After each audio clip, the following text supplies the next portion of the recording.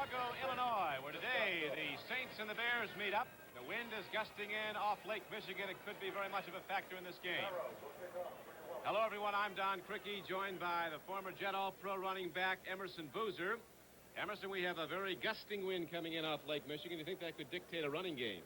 Not exactly. I think with the wind, with either club offensively, they'll throw the ball a lot. But when they turn it around, oppose that wind, they must keep the ball on the ground because you don't want to see one of your passes stop in midair. Jack Pardee, the coach of the Chicago Bears, thinks this is a very important football game. He said if the Bears really do have a good team like he thinks they have, they should show it today against a team like New Orleans. And the Saints need a win as bad as they've ever needed one right now. They have been disappointing with their offensive unit. They need a lot of help. Right now, the Saints have it teed up. They'll kick it off to lead away as the Chicago Bears are in receiving formation. The rookie from Southern California, who is a quarterback there, Vince Evans, is back deep. For the Bears to look for the kickoff as Richie Zarrow hits it well. He knocks it with the wind behind him 2 yards deep in the end zone. And here comes Vince Evans, a big running back. Former quarterback gets it out across the 25. The hard hit is put on him. Down on the play was a Tulane linebacker, Rick Kingray. And so the Bears go on offense first and 10. Looking at the Chicago Bear offensive alignment. Bob Avellini, number 7, is their quarterback. His setbacks are Walter Payton and Roland Harper. The tight end is 88, Greg Latta. James Scott and Bo Rather are flanked to either side as the wide. Now they're both deployed to the right as they go pitch back to Walter Payton. And Payton is cut down at about the 29-yard line. Alex Price came up to make the hit for New Orleans, number 75. Right now, the Bears are coming against the wind. Surprisingly, they want the second and fourth quarter. Having that win will give them an added advantage going into the halftime and try to win it at the conclusion of the game if they have to pass the football. The Saints and the Bears met in the preseason. New Orleans won here 20-14 in August. It is now second down and 8.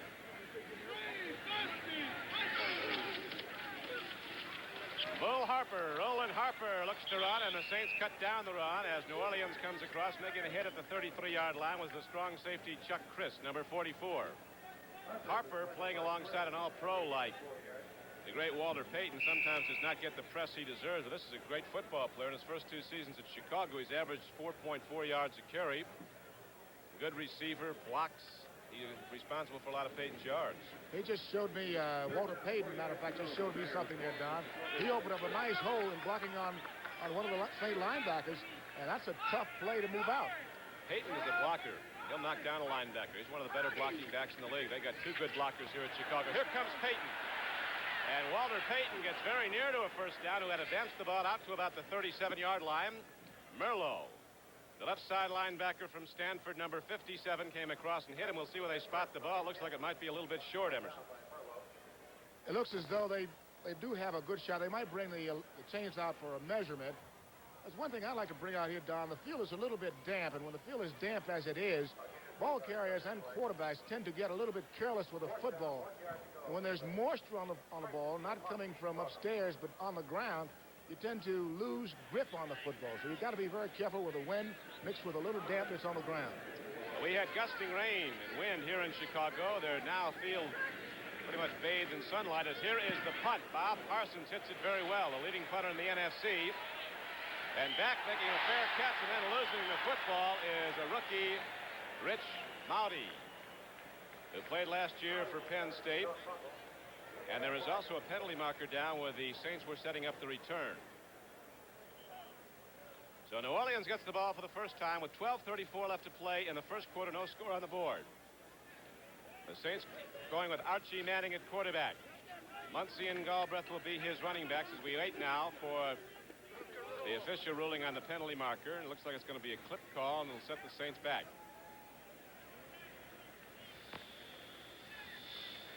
Illegal use of hands against New Orleans. This telecast is presented by authority of the National Football League and is intended for the private use of our audience. Any rebroadcast or other use of this telecast without the express written consent of the Chicago Bears and the National Football League is prohibited. Illegal use of hands, number 24, receiver. First down. Right away, Don, the New Orleans Saints special team has put their offensive unit in a bit of a hole. You want to try to start your offensive unit at the 20-yard line, but they are -10 at this point.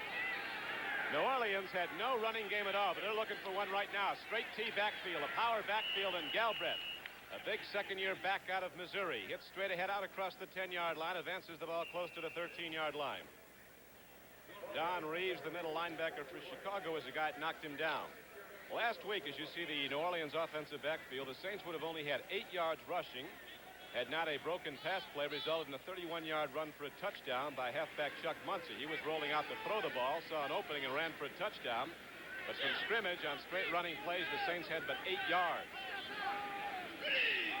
They got 4 in their first crack. Now, Muncie hits out across the 15-yard line, gets the ball close to the 16. Ron Rydalch, number 76, and veteran Doug Buffon were on the stop for Chicago.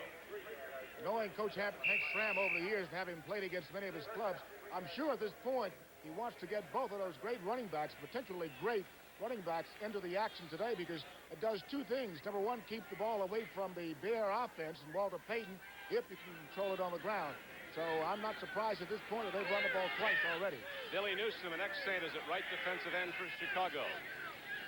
Archie Manning on 3rd and 3, pitches back. Muncie runs, and a big hit is put on him by the middle linebacker, Don Reeves. Reeves, the middle linebacker, makes the big hit for the Chicago Bears in a 3rd down play, and now New Orleans will have to punt the ball back to Chicago. The Saints punting from deep in their own area of the field. They will have the wind advantage here in the first quarter. And their punter, Blanchard, has done an excellent job this year. He's right behind Parsons. Last week against Detroit, Tom Blanchard averaged over 50 yards for 8 punts, hit one of 66 yards. And as you see, he'll be drilling it from inside his 5-yard line. Steve Schubert is back deep now for the Bears. Blanchard hits it downfield. The wind takes it back, and Schubert positioned perfectly at the 33, starts upfield with room to go. Schubert across midfield, and Schubert is cut down at the 45-yard line of New Orleans. Don, that was the kind of punt that you really don't want to see your punting team make. It was not a high kick. The wind carried it very well, got downfield in a hurry, so you were able to get a return. That ball has to be put in the air. Hope to get as much height as you possibly can. A 53-yard punt, but Schubert got it back, and there's also a penalty marker down on the field. Greg Boykin, a rookie from Northwestern, was down on special teams to make the hit for New Orleans. Illegal formation. New Orleans, not enough men on the line of scrimmage. Decline, first down. Those are the kind of mistakes that you don't want to see any club makes.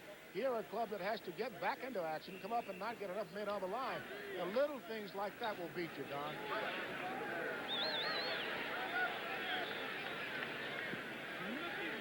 Bob Pollard, Alex Price, Derlin Moore across the defensive front. Aloysius Grooms, here's the pitch and turning in. Not holding on to the football was Bo Rather. As Rather turned in, the ball was there. I think he might have heard those defensive backs coming up to put the pop on him. So it'll be 2nd down and 10 now for Chicago, just inside the 45-yard line of New Orleans. I think you were exactly right, Don. He leaped in the air to ward off the defender, tried to cover the football. The ball hit his hands, just could not hold on to it. The Chicago Bears have made some changes in their offensive line. They have a very highly regarded rookie from California, Ted Albrecht, starting for Jeff Seavey at the left tackle. 2nd down and 10 for Avellini and the Bears. Pitch back to Payton. Got a man out in front of him, and Walter Payton is inside the 40 and turns it all the way down to the 37-yard line. Got close to 8. Right now, this is a pretty open offensive ball game. They're using the kind of play, a little 28 or 29, you might call it here, pitch out. But this kind of play worries me on a day where the ball has a little bit of moisture and the wind. The ball could get away from you, but sure-handed Mr. Payton picks up about 8 yards and tries to ram as he works his way upfield. Big Dennis Lick was out in front of him, blocking out on the cornerback over there, Craig Cassidy. So now it's going to be 3rd down and 2 for the Bears. The ball spotted just outside the 36-yard line of New Orleans. We're in the first quarter, and there's no score. Double tight end set. They go to Roland Harper, and he looks like he's got what he needed. Had to get 2. He got all of that as he drives down close to the 33-yard line. The middle of the Saints defensive line on a stop. Alex Price and Derlin Moore, but it's a 1st down for Chicago. Strategy starts to build right now. The Bears know they have a good running attack. The Saints think they have one because they have 2 great young running backs. But right now, neither club has opted to throw the ball that much. The one ball that Avellini put in the air was right on the numbers. But Braddock couldn't hold on. Now Avellini on first down looking to put it up again. He's got time. Now the big rush comes, and Avellini throws and gets a man. It's Walter Payton. And Payton is inside the 10. It's going to be touchdown Chicago. Avellini, who had a scramble, got it off on the run. He looked for an open man, and he got the right one. And Walter Payton, who does it on his own if you give him room. This is what you'd like to do against a club like New Orleans. It's been reported that they're a little bit weak in the secondary, if there's such a thing. But you give Mr. Payton to any linebacker, this is what can happen. Gets a block, finds a little room on the sideline, and he starts to step out. It's all over. 6-pointer.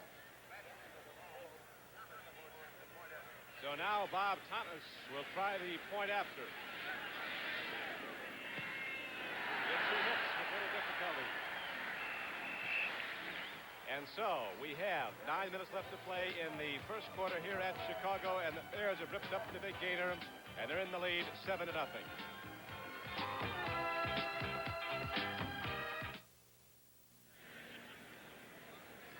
Well, after the Bears got the ball in good field position following Schubert's punt return, it didn't take them long to take it in, as Avellini on a scramble hits Walter Payton, who went down the far sideline 33 yards for a touchdown.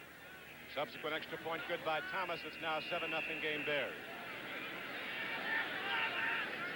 Thomas kicks off into the wind. You can see that ball held up. Saints will get a return on this. Coming up with the ball is Rich Mouty. And he is up Emerson Crosby to the 25-yard line. Nicely done by Len Walterscheid. Number 23, who was down on special teams. Fensick was also on the play for Chicago. And so the Saints come back out on offense, trailing in the game 7-0 with 8:52 to play in the first quarter. There was one thing wrong with that kickoff return. The returner got too close to his wedge. You cannot permit yourself to get right on the backs of your blockers, because one man can cut down an entire blocking core, and you've had it, which is exactly what happened. Mouty is out wide to the left is one wide receiver. Don Herman is the other. Handoff goes to Galbraith, and he is cut down for just about no gain. Osborne, the big defensive tackle that Louisiana football fans remember from Southern University in Baton Rouge, knocked him down at about the 27-yard line. The Saints having difficulty getting that running game going, and when they've been forced to throw, Manning has had problems. He has been sacked more than any quarterback in the NFL through the first 2 weeks of play, 13 times. I often wonder, when you have 2 great running backs like Galbraith and Muncy, then have a fine quarterback in Archie Manning, where do you place your priorities? You want to get balanced both run block and pass block, but thus far they do not have it. Now they bring a line of defensive back up tight for Chicago to force the run, and still Muncy turns the corner, but we might have a motion penalty against the Saints as the marker went down to the line of scrimmage. Wayman Bryant, the big outside linebacker, knocked down Chuck Muncy, but this play is going to come back. If there's a weakness for the Bears, I think it has to be in their linebacking core and possibly in the secondary. But thus far, the front 4 for the Bears have played well. They need a little more pass rush. They hope that they can get to Archie Manning if he decides to throw the football a lot. And on the other side, Manning has to be aware of the number of times he can hit. 2 men moving. Second down. Saints having a little problem misfiring off the scrimmage play, and so now it's going to bring up a second down and 14 yards to go. Second and 15.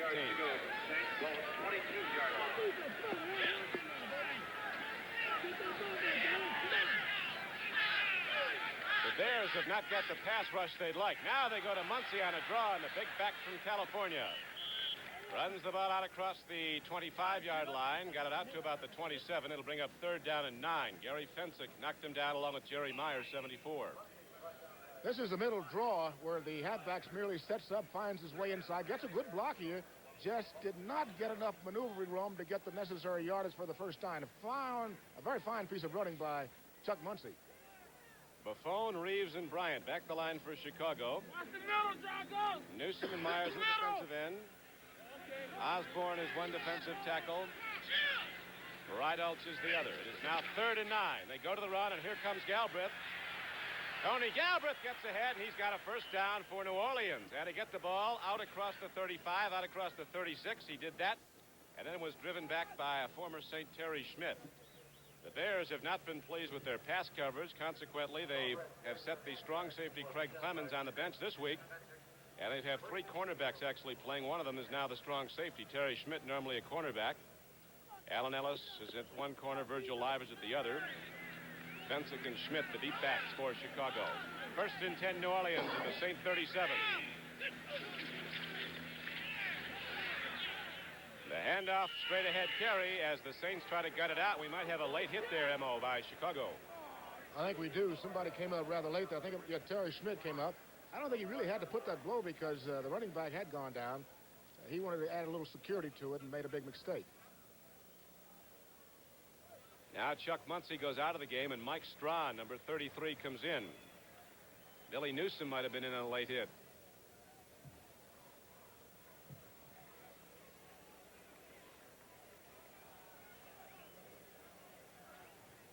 Gordon McCarter, the referee, is going to tell us just what happened here. Personal foul, unnecessary roughness, number 47. First down. So it turned out, after all, to be number 47, Mike Spivey, a rookie from Colorado. Come in to play deep. First and 10 now. The major penalty, advancing the ball inside the Chicago 45-yard line. The Saints try to go to the run again. This time, Roldahl shuts it right down. We have 6:35 to play in the first quarter here at Chicago. Don Criqui with Emerson Boozer. The Chicago Bears in their second possession move 44 yards very quickly. The last 33 on a pass from Avellini to Peyton as Jack Pardee. The Bears coach looks on from the sideline. Pardee said of last week's Cardinal game, they didn't play well enough to beat us, but final numbers refute that. It was 16-13. On 2nd and 9, the Bears again shut down the New Orleans run very quickly. They tried to go with a quick trap block up the middle, but Don Reeves filled very nicely the middle linebacker for the Bears, and it's going to be 3rd down and 9. Reeves read that one very well. He was keying off of the left guard, and the left guard folded over to move to his left. That tells the middle linebacker it's time to step into the gap because something is about to happen. Muncy comes back into the Saints offensive backfield now. 7-0 Chicago in the first quarter. 5:40 to play in it. Out wide to the right is Herman. Here's a pitch back to Chuck Muncy. And Muncy is knocked out of bounds. Coming across was Alan Ellis, the left side cornerback, number 48 from UCLA. Now in his 5th year, the defensive backfield coach of the Bears, Ross Fietner, says that he thinks Ellis right now is Pro Bowl caliber cornerback. He said he does everything right. A couple of years ago, Ellis had a lot of trouble at the cornerback slot. Really, I think they attribute that to his quick feet. He had trouble maintaining his balance, but for some reason last year he got on track and has become a very stern foe in that secondary for the Bears. Schubert is again back deep now with men on either flank. Brian Baschnagel is also back along with Walter Scheid as Blanchard will punt now for New Orleans. Gets time and drills it deep, should carry into the end zone for a touchback, and the Chicago Bears will take it out on their 21st and 10. So now we have 5 minutes and 26 seconds left to play in the first quarter, and the Chicago Bears take over possession of the ball, leading 7-0.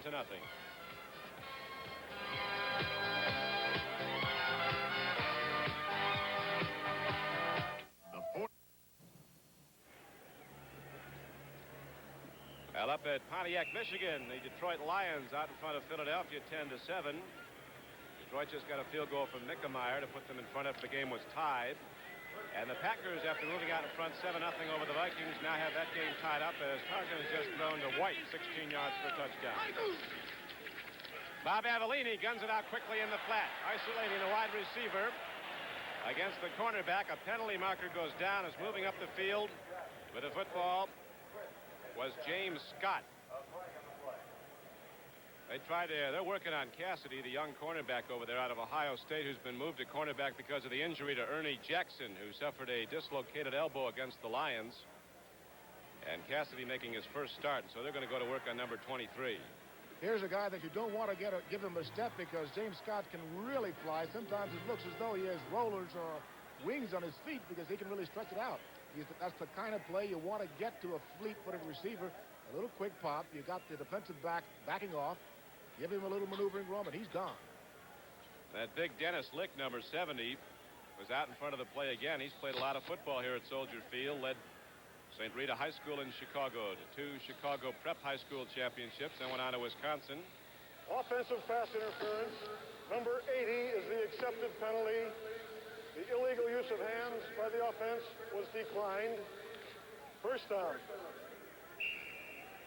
Bo Rather had the problem. So now the ball is set back to the 10-yard line. It's going to be first down and 20 for Chicago. Avellini goes in the draw to Harper. He's caught by Derlin Moore and knocked down. Number 74, Derlin Moore, makes the tackle for New Orleans.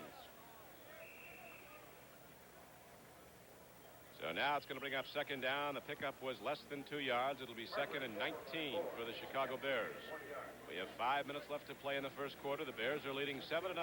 Scored in their second possession on a 33-yard touchdown pass play. Avellini to Walter Payton is actually a broken play. Avellini was scrambling, found Payton along the far sideline.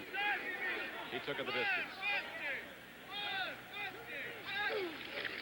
Avellini on a counter coming across as Walter Payton hits out to the 15-yard line and is knocked down there.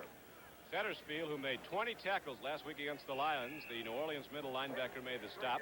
Payton, after the 160-yard game against Detroit his first week, was held to 36 yards and 11 carries last week against St. Louis.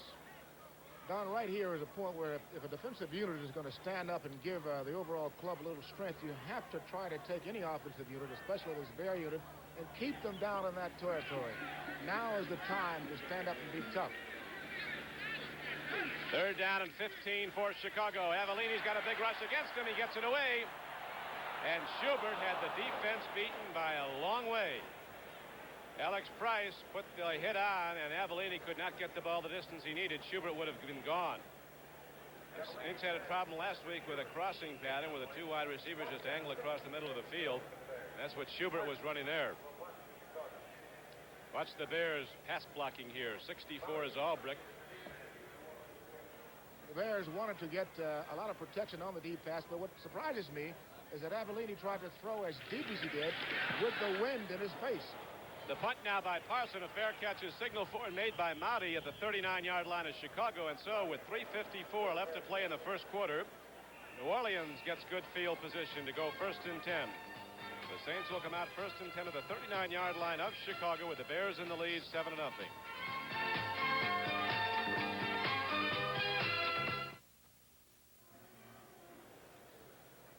At Cleveland, the Steelers and the Browns hooking up there, and a lot of points going up in the first half. Absolutely right, Don. Normally, a team that comes from a Monday night game will lose on Sunday when they play a club like Pittsburgh, but right now the Browns are hanging on. Bradshaw just threw a 66-yard touchdown pass to tie it for Pittsburgh. Manning throws on the run. Open is Galbraith. And he has a first down and a 12-yard advance down to the 28-yard line of the Chicago Bears. Wayman Bryant got Tony Galbraith, who's got the good hands, went up in the air to get it. This is one of Coach Hank Stram's favorite patterns. He calls it moving pocket, swinging out a little bit, getting outside, and flips it to Galbraith. Finds a lot of room. A lot of backs in the league can go up in the air after the ball. Not too many come down with it. Galbraith with a big play now, and the Saints march on, trailing 7-0. Now they go to the run, and Muncie is stood up and knocked back and driven down. Billy Newsome, the big guy from Grambling. An ex-New Orleans Saint, figured in one of the most prominent trades in recent years in the NFL. You recall that Newsome was with the Baltimore Colts, was traded to New Orleans for the Saints' #1 draft choice, which Baltimore turned into Burt Jones. A very good move by Baltimore. Thus far, Billy Newsome has traveled a bit up to the New York Jets, or New Orleans, rather. Jets, Buffalo, now Chicago. Second down and 12. Manning, timing pattern, puts it up over the middle. Don Herman has the football inside the 15-yard line. And again, the Saints come up with a big play on the right arm of Archie Manning. A perfect timing throw. The veteran wide receiver, Don Herman. Allen Ellis was covering, but it's a gain of about 16 yards and a first down. Don, this kind of pattern puts a lot of pressure on the defense. Manning starts to roll. Manning has the ability to run the football. They don't know what he's going to do. He has a receiver coming in on an angle, finds him. Big game. The Saints are now mounting a challenge. We have 2:14 left to play in the first quarter. Chicago leads 7-0. Pitch back, Chuck Muncie.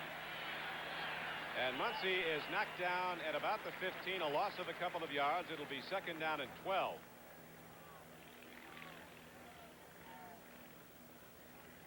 It looks as though New Orleans thinks that they can get outside on Chicago with their quick pitches. This is about the third time in this ballgame that they've used it, but thus far the Bears have stood tall, and they have not permitted Muncy to get outside with his quick pitches.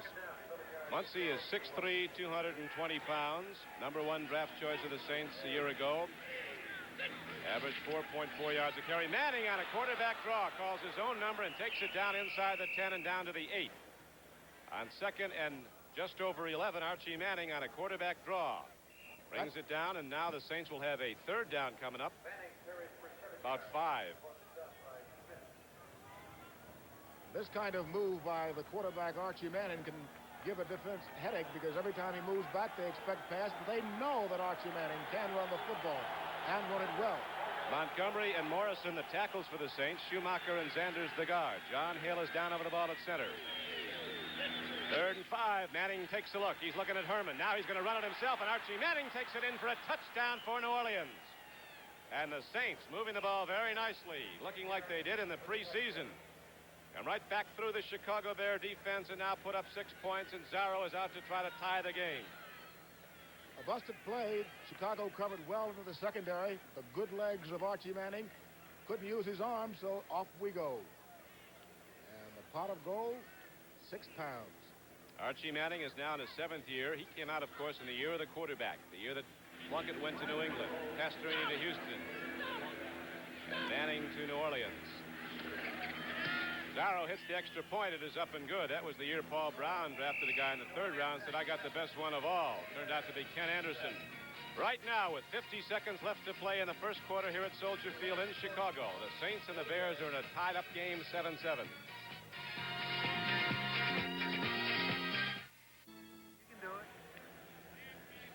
The Chicago Honey Bears on the sideline as the Bears and the Saints are now tied up 7-7.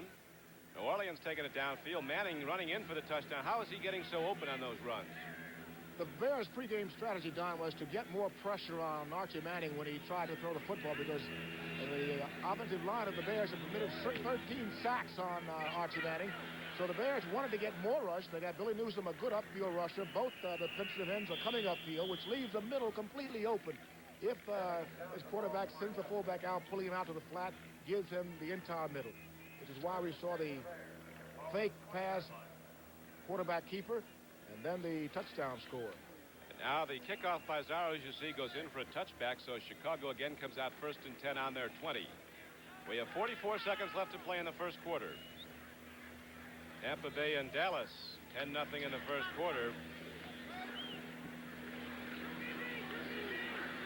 Philadelphia Eagle coaches said Tampa Bay has the best defense they've seen this year through the preseason and the first 2 weeks of regular season, but isn't too much offense there. On the run by Roland Harper out to the 25-yard line. Derlin Moore is on the stop for New Orleans. A pickup of 5. It'll be 2nd and 5. Derlin Moore is playing very well this year. Hopefully he can keep into good form, because right now they need him. Chicago's coaches said they could be blitzing a lot today because they've not been happy with the pass rush. Manning is throwing them off with those counters. The quarterback draws. Tied up game 7-7 late in the first quarter. Avellini ready to put it up. Pitches back. Here comes Payton. And Walter Payton was upended by Cassidy, the left side cornerback who came up to force the run. He's the son of the former Ohio State great Heisman Trophy winner Hopalong Cassidy. And now the gun sounds. That's the end of the first quarter with a score. The Chicago Bears 7, the New Orleans Saints 7.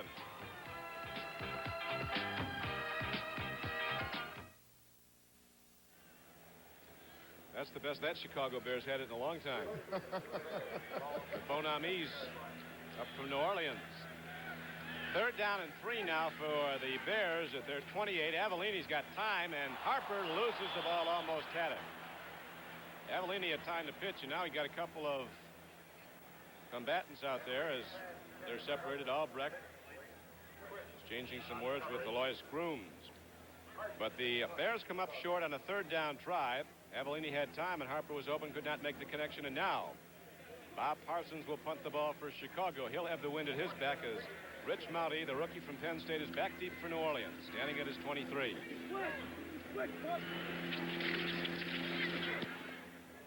High kick. Coverage comes down. Howdy is taken down as the Bears execute very nicely on special teams coverage. Johnny Musso, number 22, was the man who was down to hit him. We have a 7-7 game in the first minute of the second quarter here at Soldier Field in Chicago. Don Quickie with Emerson Boozer. The New Orleans Saints, after falling behind 7-0, then took it back down the field, got good field position following a Bear punt. Ran it in with their quarterback, Archie Manning, coming up with 2 key runs, including the payoff one, taking it in for the touchdown. Herman goes wide to the left. Maudy is wide to the right. Manning gives off. Second back through is Muncie. He's a full load as Muncie comes out from the 28-yard line and gets it out to the 35. Got 7. Newsom and Osborne tackled him. Here's something, Don, that you can't teach a running back. The hole was not designed to go that wide, but it was shut down. As you can see the right side of the line moving over, he finds daylight and just runs into a nice spot for a good gain. Second down, 3 yards to go. 7-yard pickup. Very good blocking in the Saint offensive front.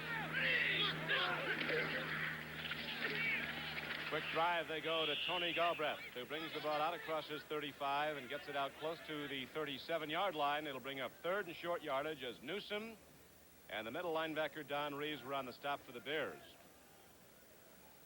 Galbraith came in the second round last year after Muncie was taken in the first round. 2 big backs, Thunder and Lightning. The Saints have got to get their running game going to establish their offense, allow Manning the chance to throw. They line up tight, 3rd and less than a yard. Galbraith is a leaper. Whoop, he left early. Nicely done by Manning, Archie Manning, see that? Didn't go for the snap count until he saw Galbraith get in position, and he was set in a 3-point stance. That's perfectly legal, but it's awfully close. You start that movement. Now, what should have happened, the linebacker should have kept coming. Don Reeves should have kept coming, then he could have drawn the foul. It'll be close enough to measure. Looks like it might be a little short. No, it is. It is. Wait a minute now. You got to stretch that thing out. Oh, man. 1.5 inches. Did you accept 2 inches? So the Saints they're going to go for it. Saints are going to keep their offense in. Henry Stram, resplendent in a white raincoat. Waves his computer sheet. Get after him. Watch those Bear linebackers now fill the gaps as they're going to look for that goal line play.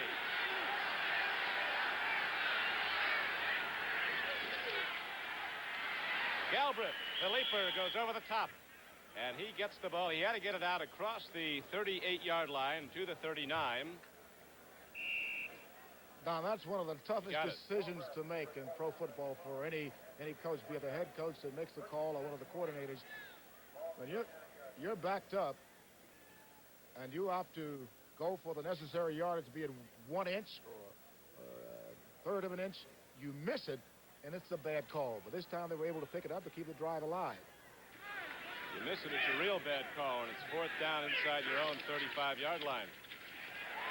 Now the Bears fill and knock down Chuck Muncie. Chicago had the linebackers shooting the gaps. Coming hard was Don Reeves, the middle linebacker. Osborne, a defensive tackle, also was on the play. And veteran Doug Buffone was coming. The blitz is what the Bears want to do most today, but on running plays, a blitz can get you into trouble. As you come in the door, the running back will go out the door.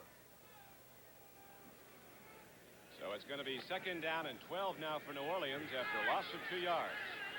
Maudy to the left, and Herman is wide to the right. Manning. Timing pattern. Don Herman caught the ball out of bounds. Allen Ellis was covering, and that will bring up 3rd down and 12 now. Let's see what the Bears do if they shoot those linebackers in an obvious passing down. Good execution here, but unfortunately the ball was thrown out of bounds. Don Herman had to go outside to make the reception. Good play faking by Archie Manning. He looked to his left, moved to his right, and went up top downfield. So with the game tied 7-7, 12:09 to play in the first half here at Soldier Field in Chicago. Temperature in the low 50s. New Orleans goes. Archie Manning gets time. Man is open. It's a first down to the rookie, Rich Mouty. He's got the ball down to the 42-yard line as the New Orleans Saints come up with a tight blocking for Archie Manning. If you give him time, he will get it there. Again, notice that the Bears are getting the rush from the outside. They bring the middle linebacker, which gives Manning a clear view downfield. He wants everything right in front, so the pattern has been called to work his receivers across the middle, and he finds it. On Right now, 3rd and 12, he delivers for a 22-yard gain to Mouty. And so now the Saints are in Chicago Bears territory, down at the Bear 42. Second back is Muncy. Penalty marker goes down as Muncy is run out of bounds inside the Bear 40-yard line. Buffon, the left side linebacker, was on the play for Chicago. Chuck Foreman has just run 3 yards for a Minnesota touchdown, but the extra point was blocked. So the Vikings lead Green Bay 13-7 in the second quarter. Right now, this NFC Central Division is a 4-way tie for first or last. However you look at it, they're all 1-1. The Bears' schedule toughens up considerably. Following this game, they'll be playing the Los Angeles Rams in a Monday night game. Following that, they go against the Minnesota Vikings. And New Orleans goes back to New Orleans next week. Illegal use of hands, number 86, offense, first down.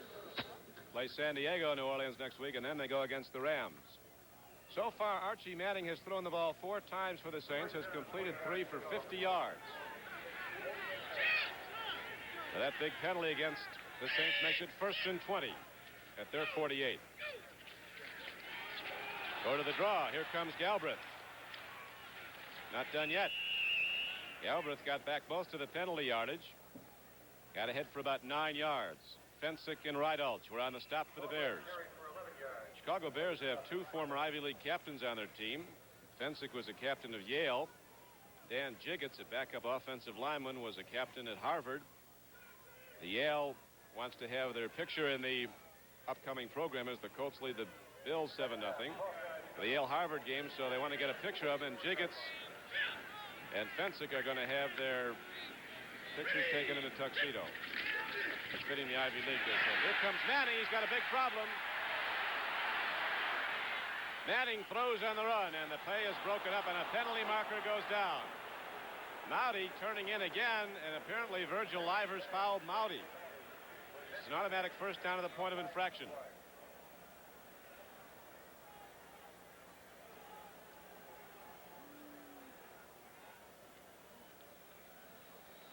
Defensive pass interference, number 24, first down. So the Saints get a big play now on the penalty as Jack Pardee, who says this is the day if we are a good football team, we should start playing like it. 3 weeks into the regular season. The Saints and the Bears are locked up in a 7-7 tie right now. We have 10:36 to play in the first half. Manning with a 1st and 10 for the Saints at the Bear 30. Galbraith running hard, still driving, gets ahead for 4, down to the 26-yard line. Fensick, who had 17 tackles against the Cardinals last week, comes up to make the stop. that tells an awful lot. If Fensick has to make 17 tackles, somebody in that line and linebacking core is not doing the job as it should be done. Yeah, when your free safety's making 17 tackles. 2nd down and 6 now as the Saints playing into the wind.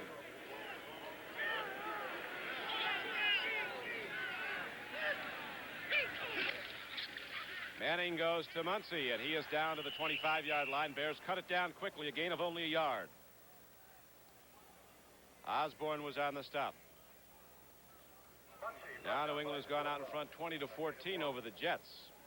Don Riley reminds me of a story up in Buffalo once. O.J. had reversed his field, gained about 25 yards for the touchdown. That run by Roscoe Word, a former cornerback of the Jets. The question was, at the conclusion of the game, Roscoe, how did O.J. beat you? Roscoe said, that is not the question. How did he get by 10 other guys before he got to me? 3rd down and 5 now for New Orleans. Saints are 4 for 7 converting 3rd downs. There goes Manning.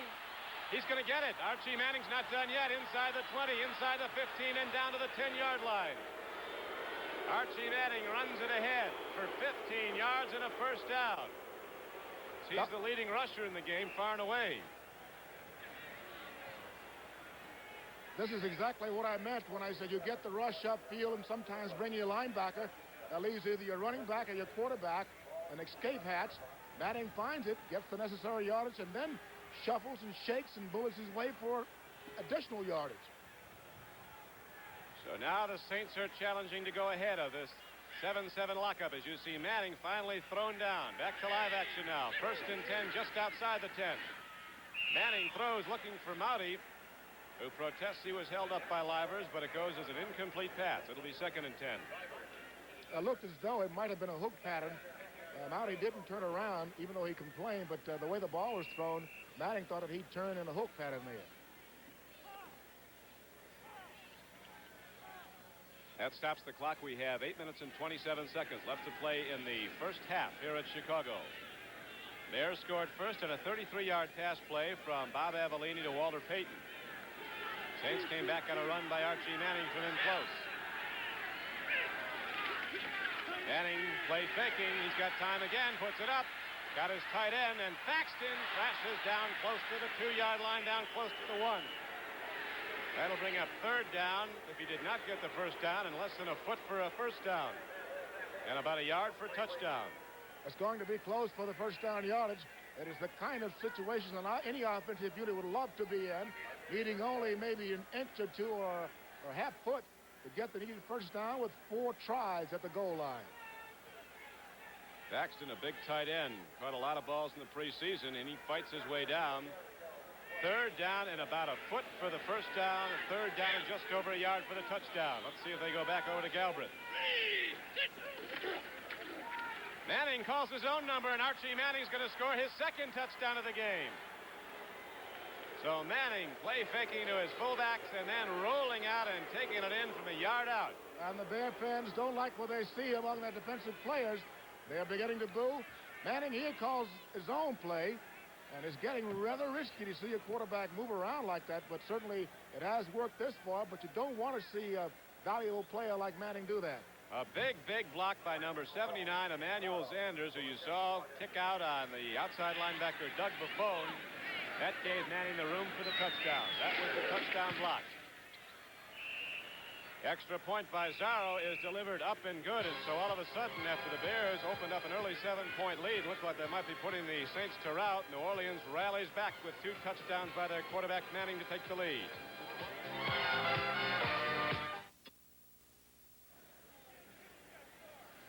New Orleans Bonanis have something to dance about here as the Saints, you see, their best drive of the season so far. 72 yards and 14 plays, using up over 7 minutes of the clock. That is what they have not had in the first 2 games, a ball control offense. Zarro squibs it downfield. It's going to pick up. Oh, a mistake is made by Walderscheid. That ball would have gone out of bounds, and Saints would have had a kickoff from their 30. But Len Walderscheid picked it up on the 2-hop and then couldn't hold himself and stepped out of bounds. So the Bears again go on offense from just outside their 20.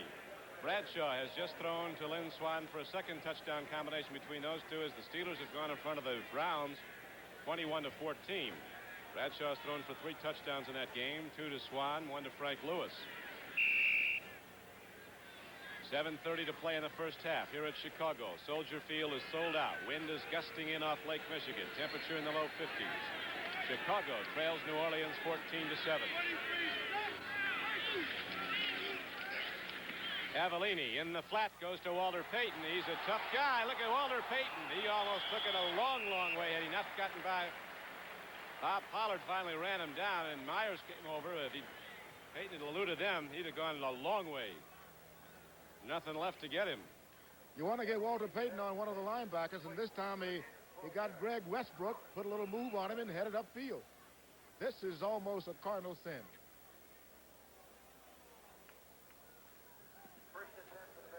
So the Bears get the gainer out to their 32-yard line. They now have the ball 1st and 10 there. Avellini to Payton, and this time Walter Payton is cut down. The middle linebacker Fetterspiel filling very nicely. Derlin Moore was also on the play for New Orleans. The gain is out to the 35-yard line.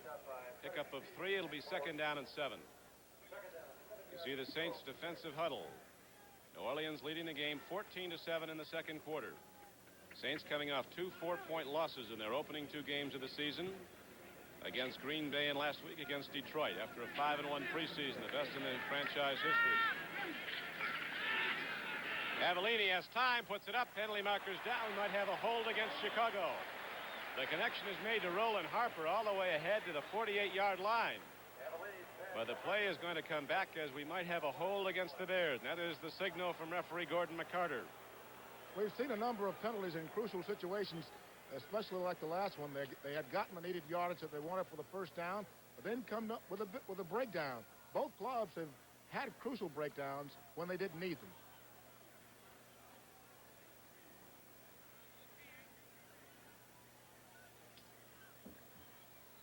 See who did it.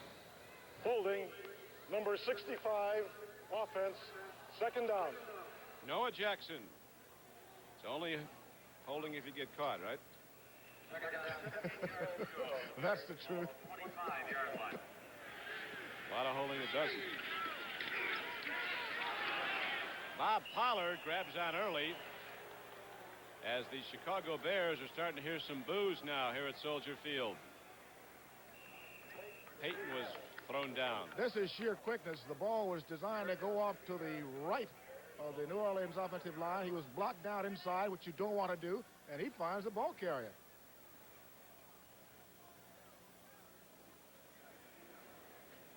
So we have third down and about 16 yards to go for the first down for the Chicago Bears. New Orleans leads 14-7. Here comes the rush on Avellini. A timing pattern. The man is open. The ball is dropped. James Scott. He's dropped 2. Hank Stram says something to him. Something along the line of nice going. Scott had to wait on the football. It's a bit underthrown. And with the speed of Scott, having to slow down like that, put the brakes on in a hurry, it can be a very difficult reception to make. So now the New Orleans defense again forces Chicago to punt. As Parsons, the big punter from Penn State, drops back. That's a good snap. And drills it well downfield. Here comes Mouty. Schubert is down, doesn't quite get to him.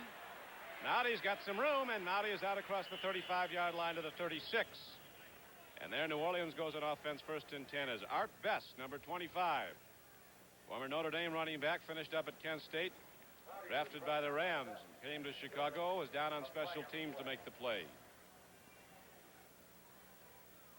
And apparently there's a penalty marker down all the way back at the line of scrimmage.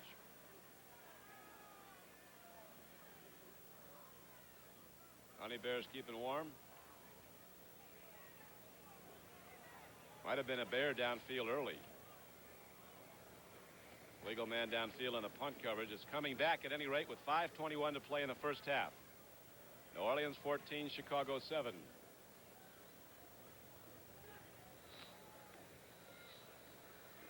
Ineligible downfield. Number 25, kickers. Repeat, fourth down. So Art Best, who was down to make the play on special teams, left early. So he got there.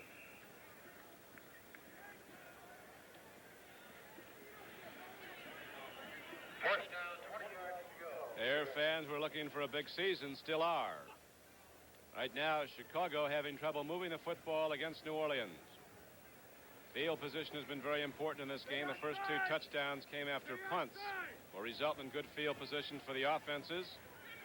Bears scored, 33-yard pass play, then New Orleans came right back with Manning running it in. Manning scored again from a yard out. Now Parsons hits it deep. Here's Mouty. Turning the corner. And Mouty's finally run out of bounds at the 29, so ultimately the Saints were better off with the first punt. They wanted that second shot at it. This time Best is down again to make the play on special teams, and New Orleans goes back on offense with a 7-point lead.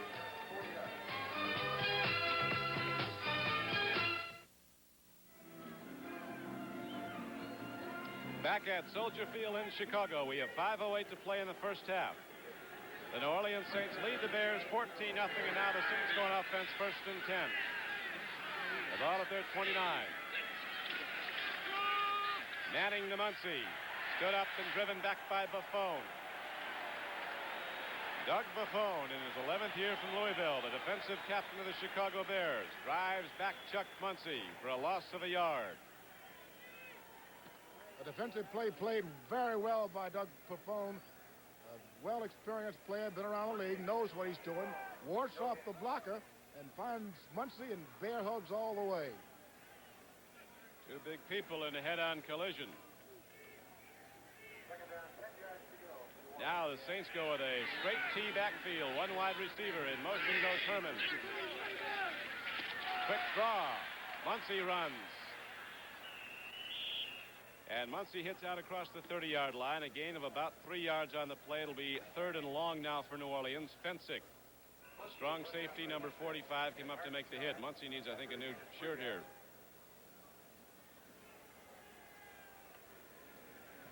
Some teams prefer to use the tearaway jerseys when they feel that they have a strong back, a deep thread back. They want his shirt to come off anytime one is grabbed. Manning has 31 yards and 2 touchdowns on 4 carries. Muncy 17 yards and 11 carries. Galbraith 34 yards. Down the field, the free football. Manning, who's got a fastball arm, coming off that shoulder surgery, had the ball right there on the numbers into the wind, but Allen Ellis, covering very nicely, shook it loose from Don Herman, and now the Saints will have to punt the ball back into the wind of the Chicago Bears. The Bears can come out of this with good field position with 3:44 to play in the first half, and New Orleans leading the game 14-7.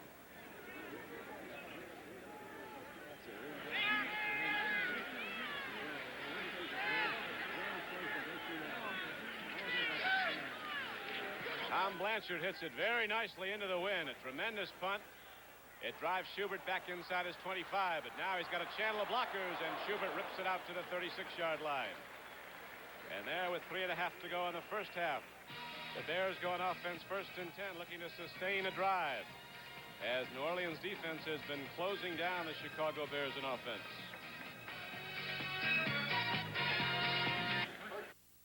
And you'll be seeing the World Middleweight Full Contact Karate Championship live from Indianapolis with Bill Superfoot Wallace, who can part your hair with his right foot very quickly. Here's a pitch down the middle to Roland Harper, who was open but could not hold on. CBS Sports Spectacular next Saturday at 4:30 Eastern Time. Harper a little bit disappointed. He knew he had room to run. Watched the ball in a bit, turned to go too soon, loses the football. So Avellini's had open guys. He's had some balls dropped on him, at least 3 here in the first half. And now it is 2nd down and 10 for Chicago. The ball at the 36-yard line. Avellini working with that gusting wind at his back. 14-7 New Orleans.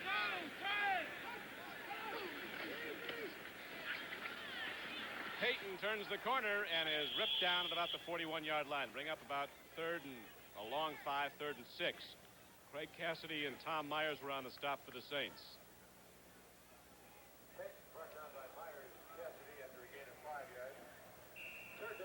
Walter Payton's now run with the ball 8 times for Chicago, has gained 28 yards.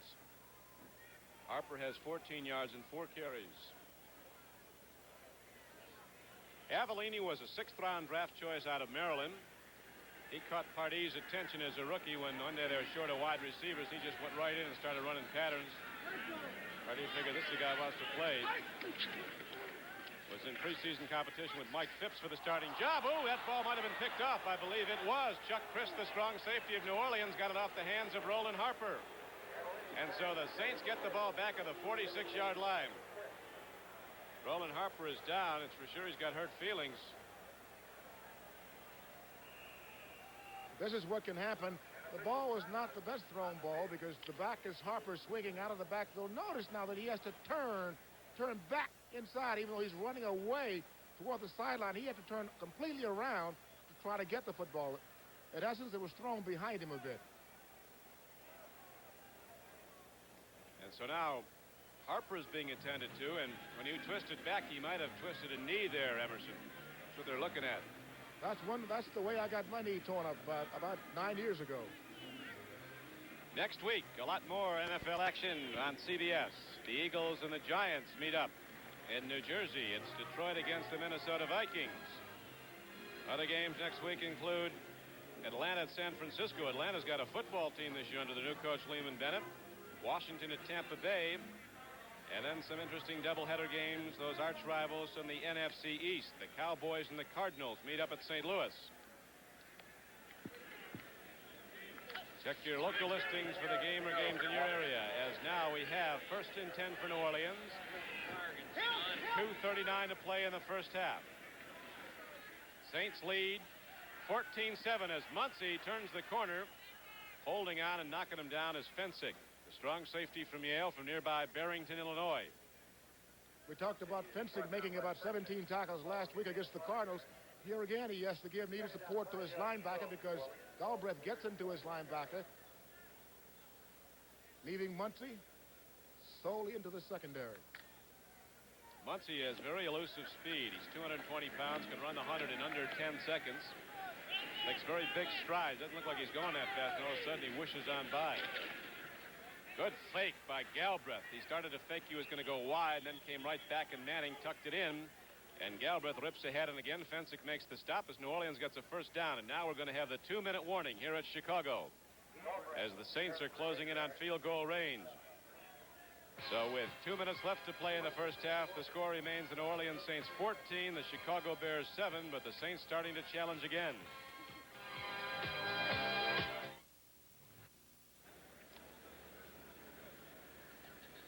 This is Don Criqui with Emerson Boozer back at Soldier Field in Chicago. The New Orleans Saints with a 14-7 lead.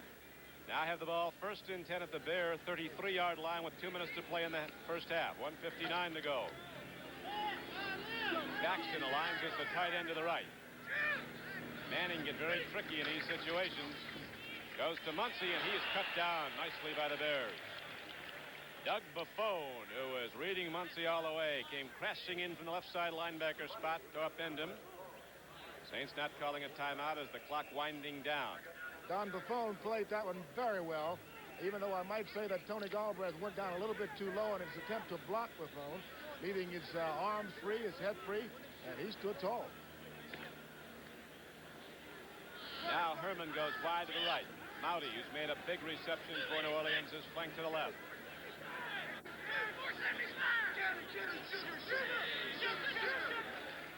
Manning takes a look over the middle, puts it up, and that ball skipped in just short of a Chicago Bear. Coming up looking to make a play on the ball was Terry Schmidt, the strong safety, and that brings up 3rd down and about the 11. There's also a penalty marker down. This will take the Saints out of range. It's a hold.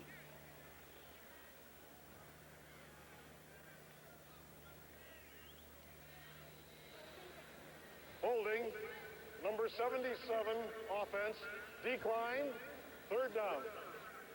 Marv Montgomery called for the hold. The Bears would rather have the Saints use up the down. So it'll be 3rd down and 11. The ball just inside the 35-yard line of Chicago. Manning, you see, good for 59 yards. He has run for the Saints 2 touchdowns in this game. They lead 14-7. There he goes. Puts it up. Guy's open. Chuck Muncie, he's going to take it in. Touchdown Saints. Boy, this game turned around after the Bears ripped it open early. All of a sudden, New Orleans has ripped it right open the other way. It is a 20-7 game. Same place that the Bears scored on, a broken play, pressure on the quarterback. This time it's New Orleans time to move the ball in a broken pattern, find their halfback, and Chuck Muncie flips it out and down the right sideline, the same place where Walter Payton scored the opening touchdown for the Bears. Manning's a great athlete. Recently, the Southeast Conference named their all-time team for the last 25 years, and he was picked as the quarterback. There's been some pretty good ones out of that conference. Here's the extra point attempt. Up and good by Zarro. It's a 21-7 game. Manning, White Sox fans may recall, was offered a $100,000 bonus to sign with the Chicago White Sox as a shortstop. You don't design this kind of play. You just want to make sure that all your receivers get in front of the quarterback.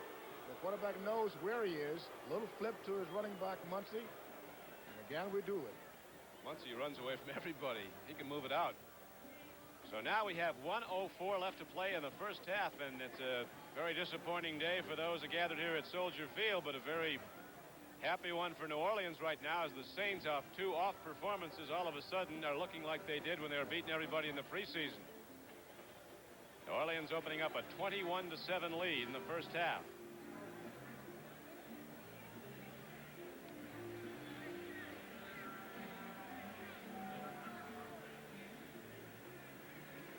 It's rather early, Don, but last week both clubs had to play catch-up football. The Bears out in St. Louis and New Orleans. Zarro elects to squib the ball downfield into the wind. It's picked up by Robin Earl, a big 240-pound fullback rookie from the University of Washington. And so now Avellini and the Bear offense have just 1 minute to get the ball down the field, 62 yards. Jim Marsalis, who played on Hank Stram's Super Bowl team at Kansas City, has been down on the special teams play regularly, got that tackle.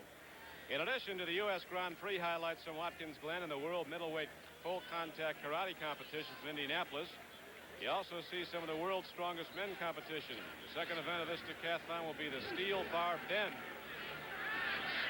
Here is Avellini throwing. Oh, what a catch! What a brilliant catch by Bo Rather. Lost his footing. Caught the ball flat in his back on his fingertips. Watch this. This is hard to believe. That's a circus catch if you ever saw one, but it's the kind of play that can lift an offensive unit, even the defense, when they see a guy make such a tremendous effort to come up with a football. A 22-yard gain on the play. And so, with 51 seconds left to play in the first half, the Bears have called a timeout. They have the ball at the 40-yard line of New Orleans. The Saints leading in the game 21-7. Avellini's had guys open regularly, Emerson, as he's had some drops, as we were pointing out. Very obvious to anybody watching they were dropped. And that one was the kind that should have been dropped. I think the last one that he threw, other than that one there, one that was intercepted was a badly thrown pass. That one was a badly thrown pass behind Bo Rathers, but a super catch by Rathers.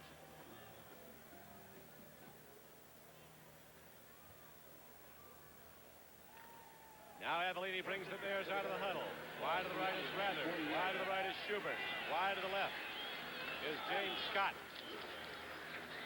Avellini has time, now gets it away, and the ball is caught by Schubert. He's inside the 25-yard line for yet another first down. 43 on the field on the quick, hard throws of Bob Avellini. So far in the game, Avellini's put the ball up 10 times, has completed 4 for 84 yards, but he's had 3 dropped. 1 timeout remaining for the Chicago Bears. Sid Gilman is the offensive quarterback coach with the Bears now, former head coach various places around the NFL, San Diego and Houston. That's Gilman talking to Avellini. Somebody here in Chicago wrote, this was the year we're supposed to have the big passing game, but so far all they've determined is whether it's Avellini or Phipps who hands off better to Walter Payton. Same offense, but Avellini's throwing very well today.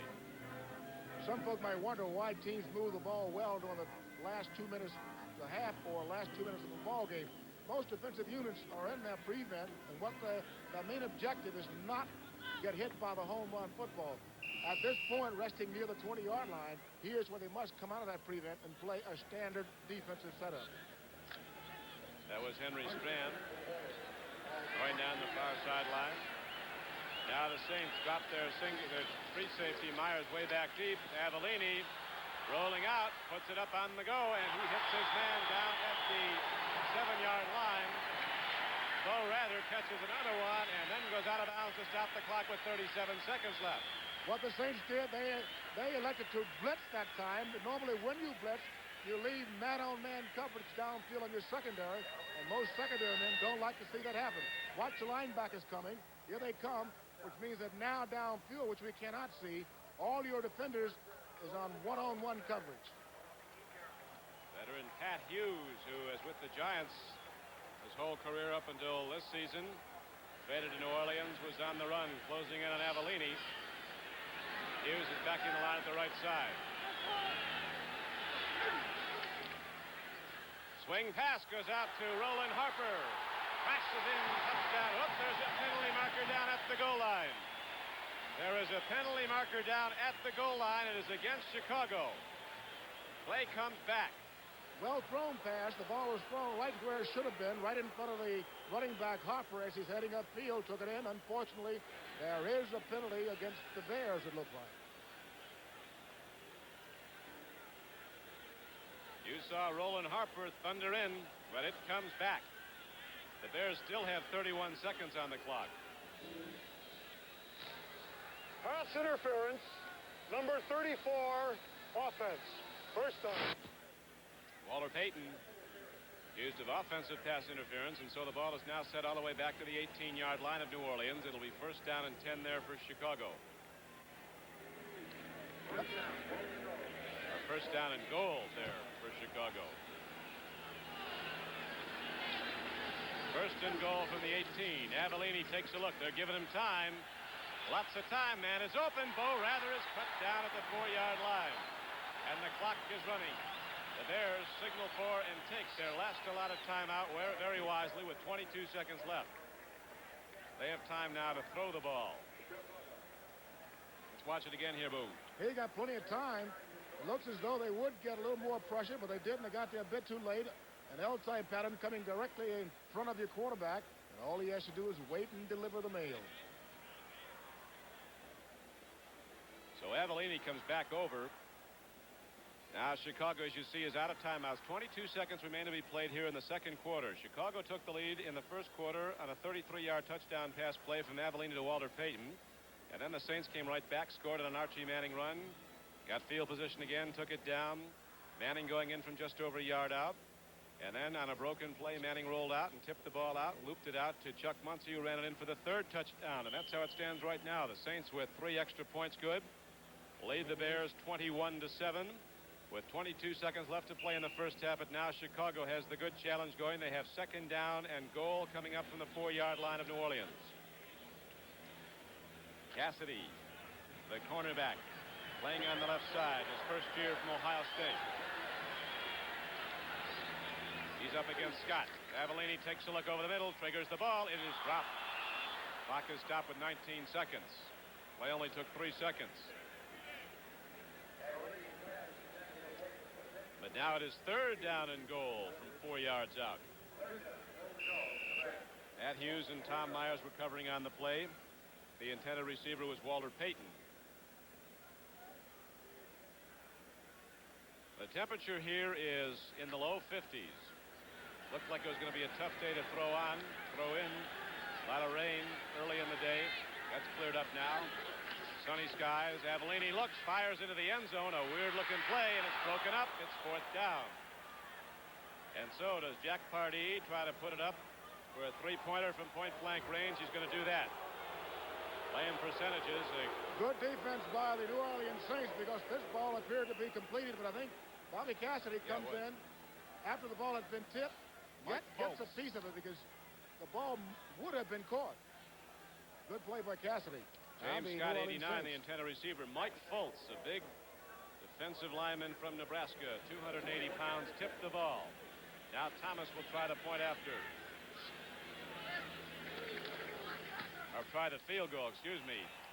Bob Thomas hits it up and good. And so with 10 seconds to play in the first half, the Bears put up points, and they now trail New Orleans 21-10.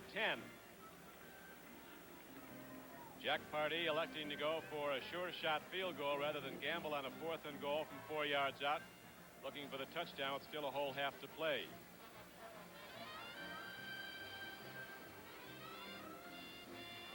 So Thomas will kick it off again now to the New Orleans Saints, who will have 10 seconds left. No doubt they'll look to just run the clock out and go to the locker room with a much bigger lead than they probably expected to have at this point, coming into the game a decided underdog.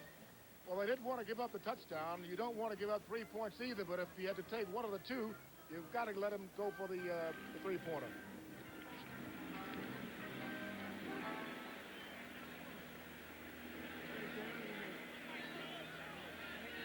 We'll be switching to CBS Control in New York for an update of all the games around the National Football League, complete with highlights with Brett Musburger, Phyllis George, and Herb Cross. We have 10 seconds to play in the first half here at Chicago. The Bears trailing the New Orleans Saints 21-10.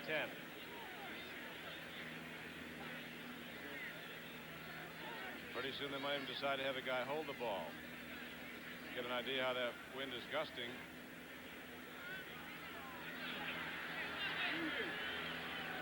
Fisher should walk in and tell him to get a guy to hold the ball.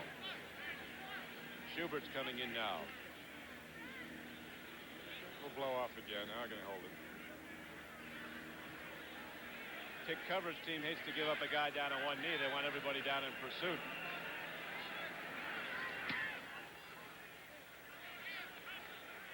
Chuck Muncy is back. The big back is rolling out. And Muncy gets it out to the 23-yard line, and there the clock winds down with 3 seconds left to play. New Orleans will put the ball in for one play, and then the first half will end here at Chicago. The Saints in the lead, 21-10. Don, seeing Chuck Muncy on the field, it had to be their prevent defense club, expecting maybe an onside kick.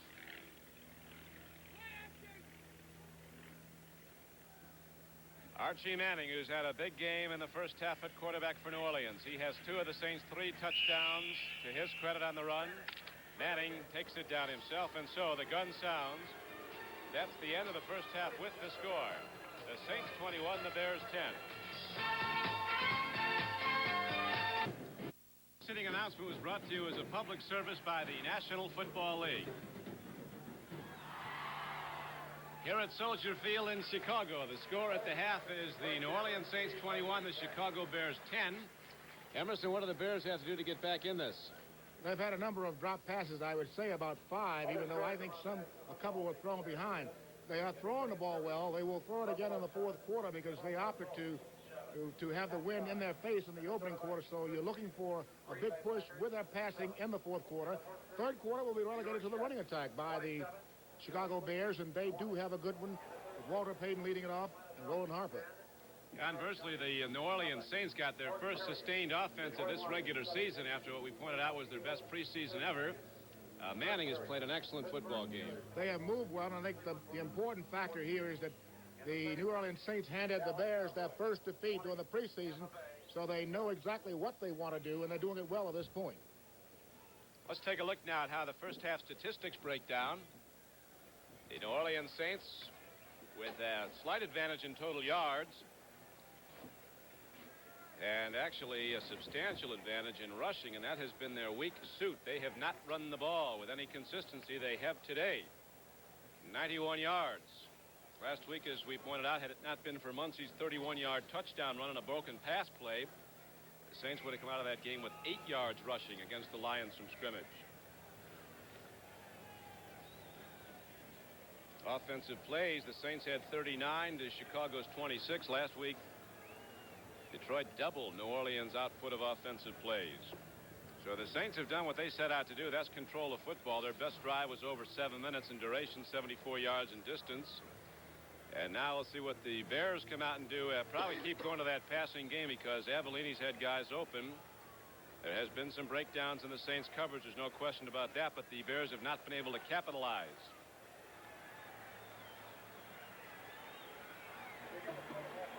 Dropping back deep is the rookie from Southern California, Vince Evans, as teeing up the ball is Richie Zarro.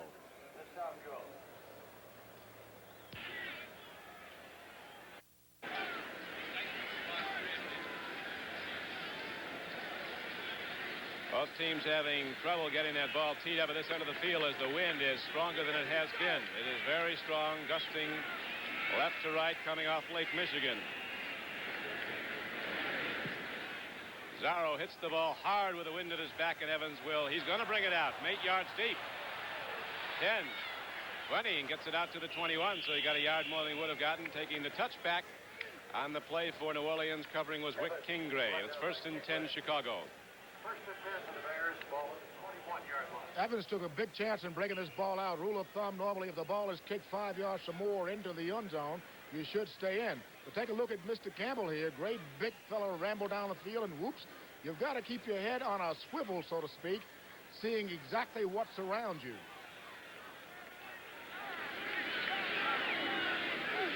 Cavallini takes the deep drop. Puts it up wide open is Roland Harper. Bo rather ran an out pattern, cleared that side out completely, and it was just an open set there for the running back swinging out to take the ball over the middle. Wide open. They were talking about that, some of the scouts downstairs, how wide open the Bear running backs have been coming out. The Bear running backs and attempting to throw them has caused one turnover. A ball thrown slightly behind Harper early in the second quarter led into an interception by the Saints in good field position. Walter Payton runs into trouble right at the 35-yard line. Payton gets the ball out to just across the 35. It'll be second down and 8. Jim Merlo backing the line to the left side. 57, Joe Fetterspiel in the middle. We're on the stop. Merlo, Fetterspiel, and Hughes backing the line for New Orleans. Now Westbrooks is in for Hughes on the right side.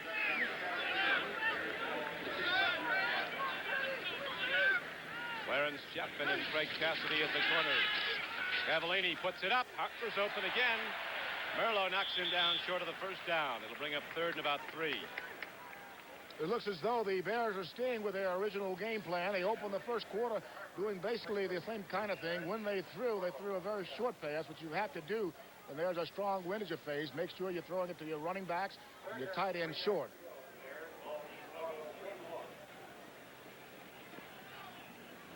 Bo Rather comes out of the game, number 80.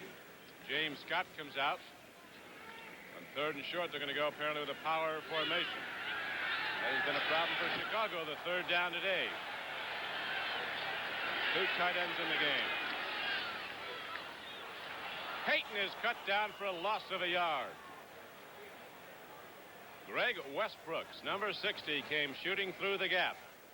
A third-year linebacker from Colorado, and he got Walter Payton for a loss, and so it's fourth down, and the Bears will have to punt the ball to New Orleans.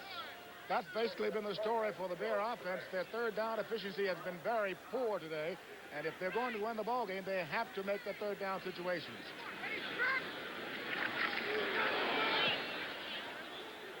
Low snap, but Parsons gets it away. Fair catch is made by Marty at the 32, and there New Orleans will go on offense, first and 10. 12:21 left to play in the third quarter. The score remains the Saints 21, the Chicago Bears 10.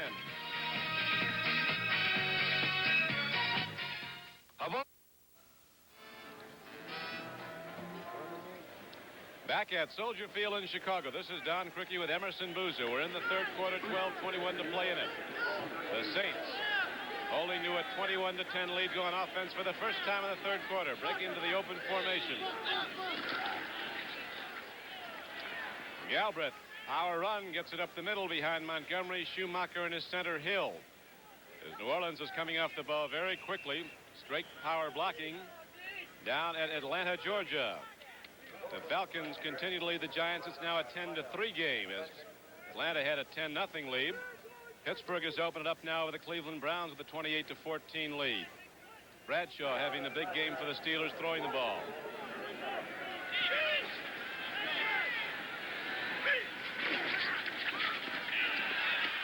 Handoff goes to Chuck Muncie as he darts and weaves and looks for a place to go. He gets ahead for 2 yards out to the 39-yard line. And that brings up third down and 3 for Chicago. Jerry Myers and Doug Buffone were on the stop for the Bears. Don, looking at the Saints come out of their offensive unit, it shows that they have not made any changes at halftime. They opened the ball game running the same kinds of plays with Galbraith and Muncie, so they're sticking with the original game plan.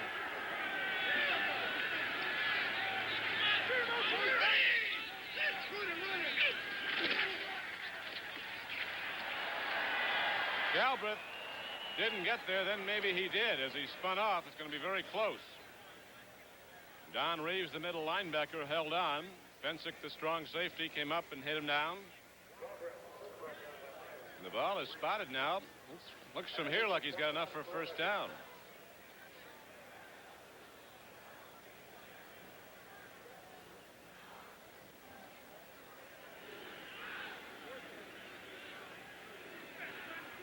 does, it'll be by the nose of the football.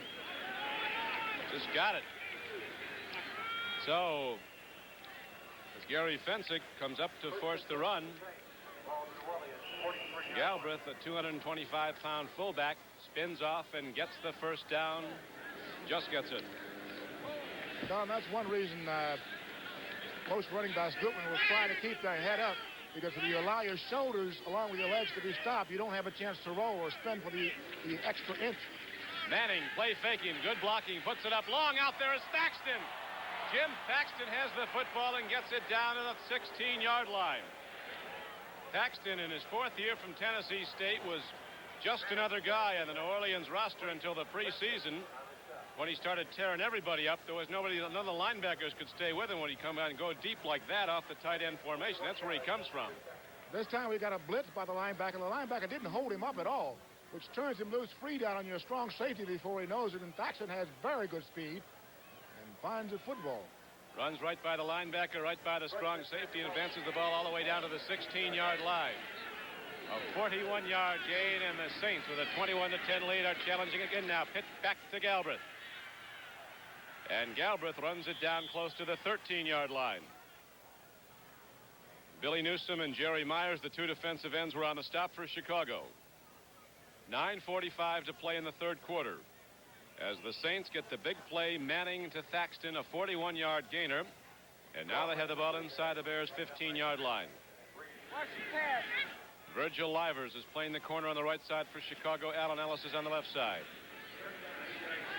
Gary Fensick is back deep along with Terry Schmidt as the deep safeties. Quick draw, and they go to Galbraith, gets the ball down close to the 10. It'll bring up 3rd and 6 now for New Orleans. Reeves, the middle linebacker, played the run well. And we have the Saints with a 3rd down, and a big one coming up as they're down close again to a score. Don, Archie Manning is mixing his plays very well. That time he faked a little pitch out to Chuck Muncie and gave it on a draw play to Galbraith.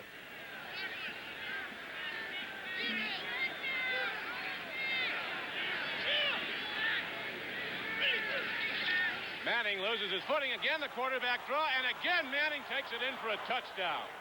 Archie Manning calls his own number and for a 3rd time scores a touchdown. They love it in New Orleans, but it's not a happy setting right here in Chicago as the boos start to cascade down.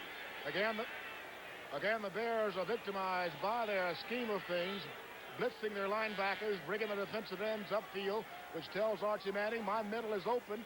All I have to do is fake pass, run up the middle. He has scored again for the 3rd time today.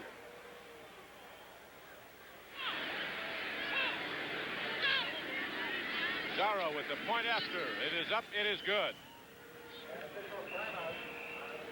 So now with 8 minutes and 44 seconds to play in the 3rd quarter, the Saints have opened up a 28-10 lead, and Chicago's going to have to start pitching.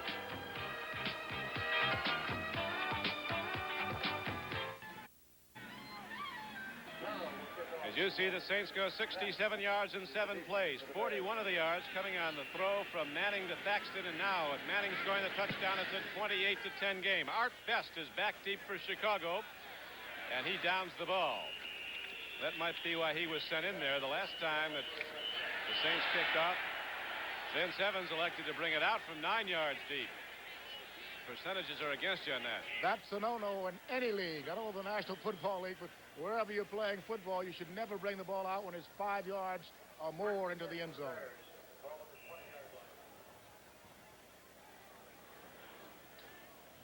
So the ball is at the 20-yard line, 1st and 10 for Chicago. So far in the game, Archie Manning has thrown the ball 10 times, has completed 6 for 135 yards and 1 touchdown. He has rushed 6 times for 41 yards and 3 touchdowns. Manning has figured in all 4 scores. Avellini with time puts it up. Man is open. The ball was off the fingertips of James Scott. That was a comeback pattern, Don. Ball was thrown a little bit too high, and when a receiver's coming back, as soon as he's turned and finds the ball up high, it's difficult for him to go from a standing position, or a moving position, back to your quarterback to get up for the football. A lot of guys in this league would have caught that ball low. Naturally, anytime the ball hits the hands, it should be caught, whether it's high or low.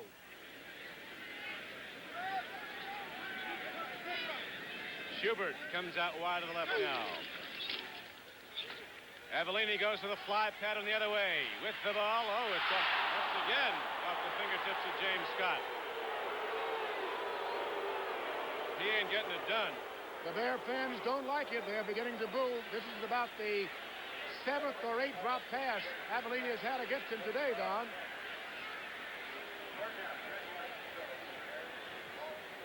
James Scott, normally a sure-handed receiver, comes back shaking his head.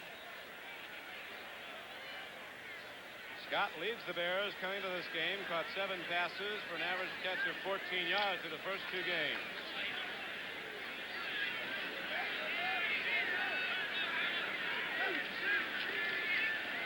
Avellini takes a look. They're sure giving him time. The ball is off the hands of Roland Harper. And so the Bears come up short on a 3rd and 10. They have to punt the ball back to New Orleans.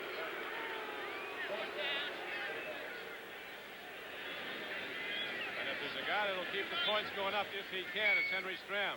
He don't like to hold back. Hank will never let up whenever he gets a chance to put the thumb on you. Right now, he has to smooth things around because he's lost 2 ball games, Don. He is fully aware of that. Here's a kick by Parsons, who got very good foot into it, but the wind stops the ball. It takes a hop the other way, and there's also a penalty marker down.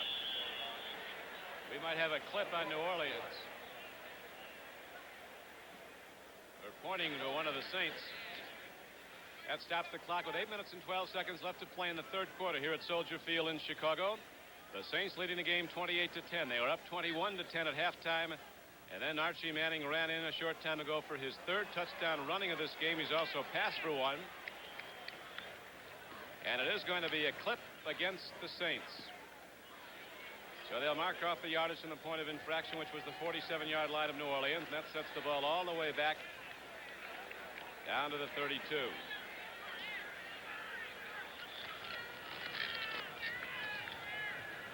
Personal foul. Flipping. During the kick, number 24, receivers. Clarence Chapman was the man who was guilty of the clip. So instead of getting the ball on the Bears' end of the field, New Orleans goes back on offense at their 32-yard line. Manning now with an 18-point lead. Might try to go right back to that ball control offense. Run those big backs of the Chicago defense. Chicago's looking for it. The outside linebackers come up tight. Reeves ready to fill that gap in the middle. Manning play faking. Puts it up. The ball is caught. All across midfield and out to the 48-yard line. Rookie Rich Maudie takes the ball for a 1st down. So when the Bears had the linebackers up tight, I don't know if Manning checked off or not. He went to the throw and got it. Well, it looks as though you called it right on the head. I couldn't be sure that he checked off, but I'm sure with all that movement by the linebacking core, his program says check off to something short right behind the linebackers. During the preseason, Henry Stram had a foul call on one of his players. Official called out the number. Henry said he isn't out there. He said, well, that's 55. Henry says, what is this, bingo? Here is the handoff, and Muncy breaks the crust and almost takes it out into open field. As it was, he got ahead for an 8-yard gain down to the 41-yard line of Chicago. Bensick, again, making the stop from the free safety spot along with Wayman Bryant. Right now, Watch Galbraith hit. the St. Linemen, Montgomery, Schumacher, Hill, Zanders, and Morrison, they have to be very happy with the way things are going. And I know that Muncy and Galbraith are feeling fine because they're moving the football. They're opening cracks. They're blocking for the passer. Things are on the up. Bensick hit him square with his head. Took up all that good learning he got at Yale. Galbraith down inside the 40 to the 38. Myers knocked him down, and it looks like a 1st down for New Orleans. As the 3rd quarter clock now shows 6:40 to play. The Saints lead the Bears 28-10 here at Soldier Field in Chicago.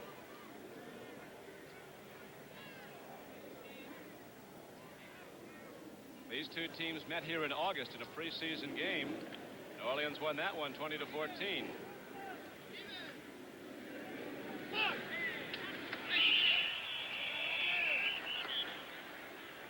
Sanders, the right guard, left early.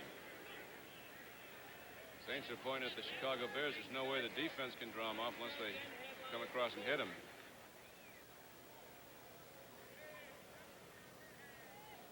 So it'll be 1st and 15. Gary Fensick has 10 tackles today for Chicago. He's assisted on 4 others. Ball start. Number 79, offense, first down.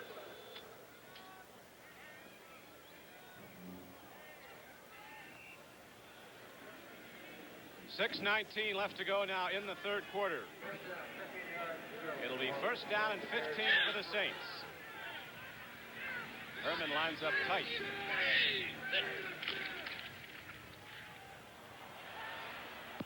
Muncy glides through and slides on down to the 35-yard line, a pickup of about 7 yards. Jerry Myers knocked him down. 6 minutes left to go in the third quarter. It looks as though the Saints have found a home here. They're coming inside a lot. They're starting wide off tackle, and both Muncy and Galbraith are finding a gaping hole several times back into the middle.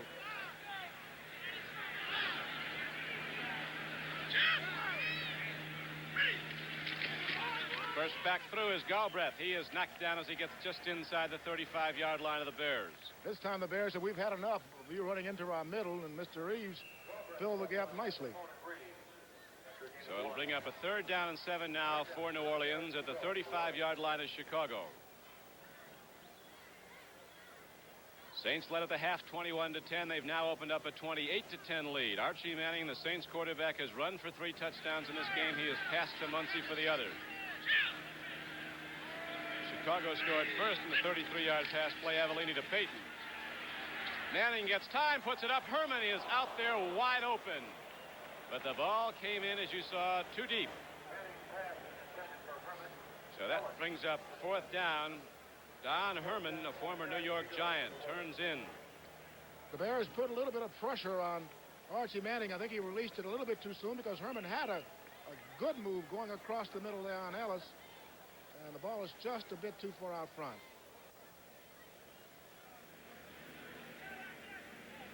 Herman sacrificed his body. Did not get to the ball. Now we have Zarro trying a 52-yard field goal attempt. He can hit it from that far.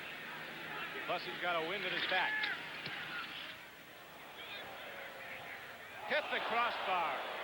Hit the crossbar. That's an automatic touchback. Ball comes out to the 20 for the Bears.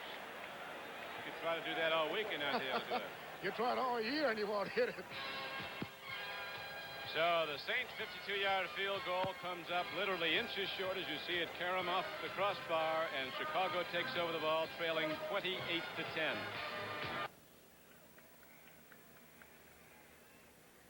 At Cleveland's Lakefront Stadium, the Pittsburgh Steelers broke a 14-14 tie, and the passing of Bradshaw went on to beat the Browns soundly 28-14. Avellini throws. The ball is caught nicely by Rather as he goes in on a one-knee slide of the 45-yard line of the Saints to pick it off. Well, Scott has been able to hang on. Rather's come up with the big catches. Mr. Rather's had several good catches all day long. And you would think that Avellini would make him his favorite receiver this afternoon because he is the most consistent one, including the running backs. We have 4 minutes and 25 seconds left to play. Here's another final coming in from the East. The Jets, your old club. Hey. What did I say about those Monday night clubs? They both were knocked off. That's a big upset. Oh, yes, it is. Walt Michaels' first win as a head coach. My old pro alma mater, they're looking up.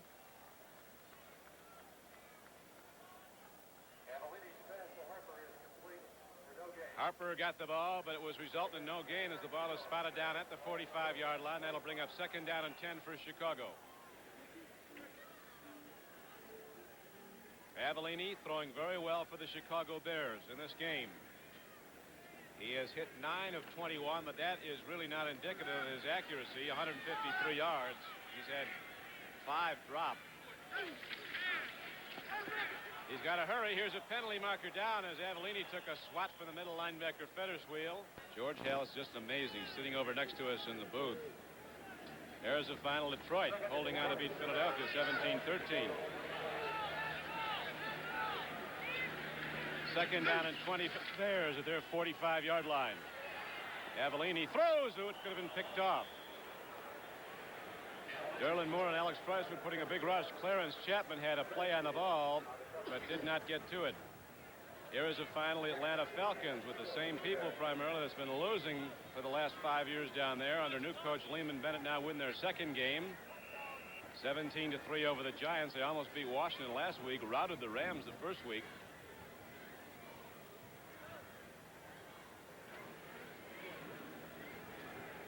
Third down and 10 coming up for the Bears. They need the big play now as they trail in the game 28-10. They have 3:28 to play in the third quarter. Saints coming with a straight rush on Avellini. Rather is open. Oh, Rather makes the reception. They got the big play.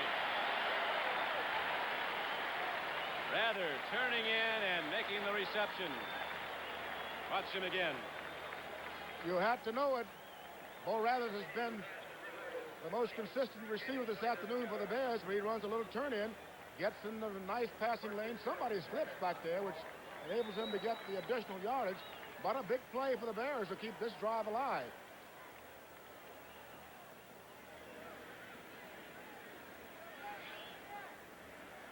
Rather shaken up on the play, goes out. He's now caught 5 balls from Avellini for 100 yards, Bo Rather. And now the Bears start to mount a challenge at the 26-yard line. Walter Payton takes it up the middle. Ripping into the heart of the New Orleans defense like he shot out of a gun. And that big play juiced up the Bears. Ball's at the 13-yard line. This young man hadn't carried much here in the second half, but they just unleashed Mr. Excitement, Walter Payton. He leaps and scoots and scratches his way for all the yardage he can get. And they're on the move. They are indeed. A gain of about 14 yards on the carry by Walter Payton. So far in the game, Walter Payton has run with the ball 11 times, has now gained 43 yards. Harper takes it, turns inside the 10-yard line. On a first down carry, Harper gets ahead for 4.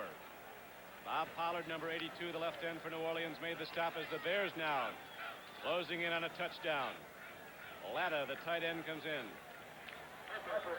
Schubert goes out. Go with a power formation down close to the New Orleans goal line. 1:35 to play in the third quarter, and that's how it stands on the bottom line. 28-10 New Orleans.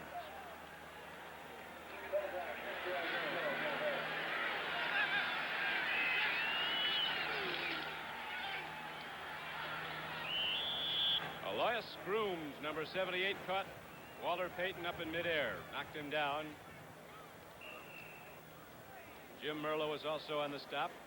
That's going to bring up third down and 4 for the first down, third and 6 for the touchdown. That is a gusting wind. The ball just lying on the field is blown back. They actually lowered the flags. They were blowing out so hard, almost ready to blow off them. Huge waves kicking in off Lake Michigan, crashing over the breakwalls. Off in the distance as Avellini looks into the end zone. Walter Payton got the ball. He got in. But there is a penalty marker down.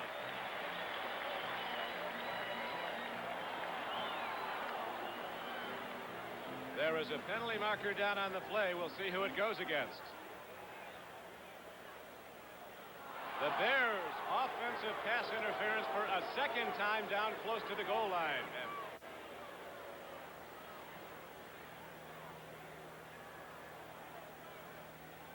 Let's see if we can see what happened here. The Bears don't like it.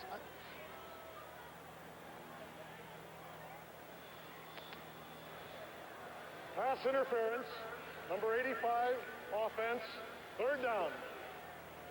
Steve Schubert, one of the wide receivers, is called for offensive pass interference, so the touchdown by Payton is negated and the ball is set back to the 17-yard line, and there it'll be third and 13. Don, I think that was done deliberate. A number of teams around the league will run what they call a pick, and right. That was a pick. Just like in basketball, they try to pick off a defender. Avellini takes a deep drop, swings it out to Walter Payton.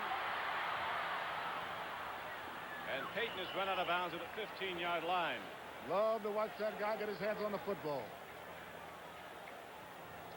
We were talking earlier, you were pointing out an interesting thing, Emerson, that you used to work on in your days with the Jets, and that Walter Payton is a master of, and that's when you're going down, having the ability to use the left hand to go right back up. Always keep that left hand free, or the right, depends upon where you are, to try at all times to regain your balance. Keep your feet spread wide apart so that you've got a good base. Coming inside, you keep them close together so that you've got the maneuverability that you need coming inside tight situations. Penalties have been a major problem for the Bears. As you see, they've been assessed 86 yards and 8 infractions. Here is Avellini throwing on 4th down and 11. Puts it up. It is caught by Harper. He goes down well short of the first down, and 2 penalty markers go down in the Chicago Bear backfield as the Saint front 4 was generating the big rush. The Saints are getting pressure on Avellini with a 4-man rush now. They're keeping those linebackers back in pass coverage on long yardage. Right now, the Bears have not shown the kind of poise they need in this division. The first mistake, I'd have to say, had to be a coaching mistake, not unless the receiver got in the way, not knowing what was happening. But often seeing that kind of play, it is one that's designed by the coaching staff. Holding, and number 70, offense, declined. First down the other way. So on 4th down, understandably, the New Orleans Saints decline the penalty and take over the ball. Get the ball back at their 15-yard line. We have 26 seconds left to play in the 3rd quarter here at Soldier Field in Chicago, and the Saints continue to lead the game 28-10 over the favored Bears.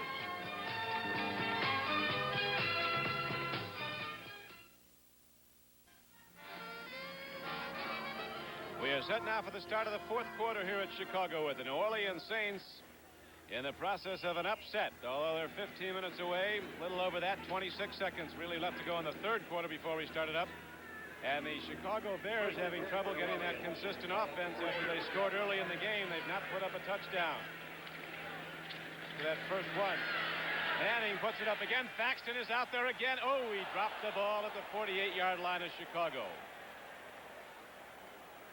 Hensick was covering, but Thaxton had a step on him. Right on his fingertips. Why he dropped it, I really don't know. But what you should be doing on a pass like that, or any pass for that matter, is to focus your eyes and watch it all the way into the hands. That I don't think he did. Archie Manning, so far in this game, has thrown 13 times.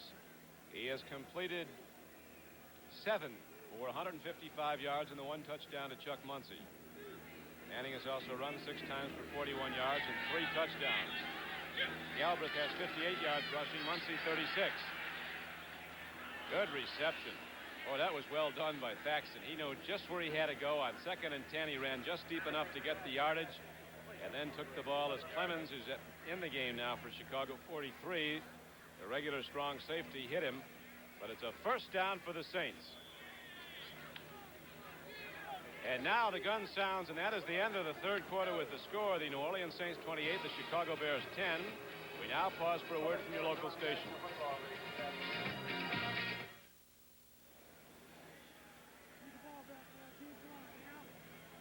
This is Don Criqui with Emerson Boozer back at Soldier Field in Chicago. Emerson, you think the Bears can get back in this, trailing 28-10?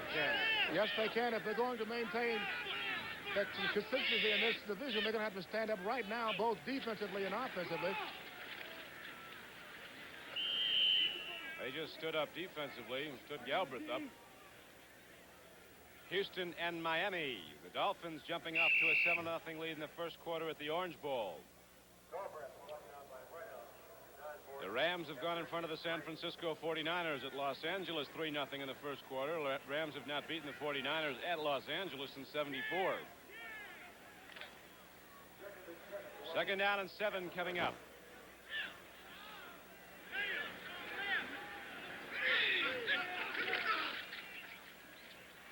Manning gives to Muncie. Inside was cut off, tried to go wide, and the Bears rode him down.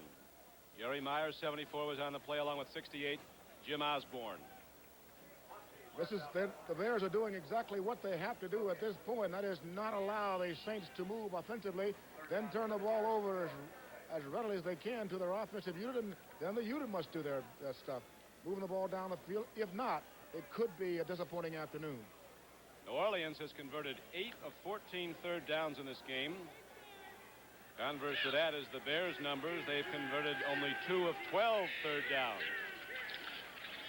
3rd and 7. Manning looks deep, puts the ball up. It's going to be too long for Don Hurt, as he was hemmed off nicely. Good coverage afforded by Allen Ellis. And so New Orleans will punt the ball into the wind back to Chicago here in the 4th quarter. Let's watch the Bears play the pass. Allen Ellis is one of the stronger points of the Bears secondary. He oftentimes get caught one-on-one coverage as happens right here against Don Herman. I think had the ball been thrown on the money, that would have been a completion, even though Mr. Ellis is step for step with him.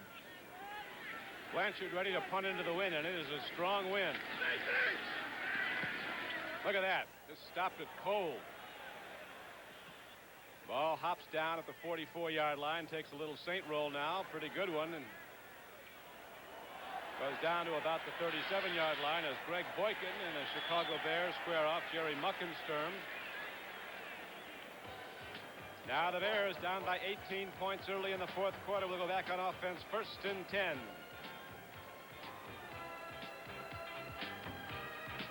Oops.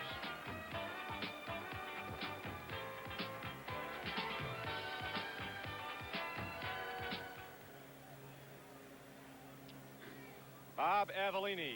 We're going to have a personal, nope, Field. legal man downfield. Number 26, kickers, declined. First down. Somebody went down too early for New Orleans. Don Blanchard hit that one Jimmy a little Stewart. too high into this wind. When you've got a strong wind facing you, you never try to get the football up in the air. You want to try to get it under the wind, a sailing, cutting type kick. It's tough for the receivers to gauge the ball coming in long because that thing is going to go a lot farther than the trajectory would seem to be bringing it once the wind catches it. We've seen some passes when a player's wide open, look like he's going to catch it. And now we're going to have a pause in the action here at Soldier Field with New Orleans leading Chicago 28-10.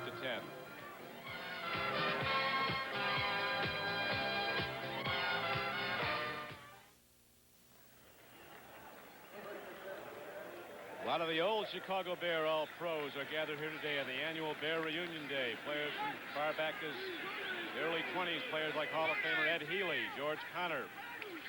Right now, what they're seeing is not the Bear offense that they're looking for. It now, again, Avellini puts it up, and Rather is his man turning in at the 50-yard line for a 14-yard gain.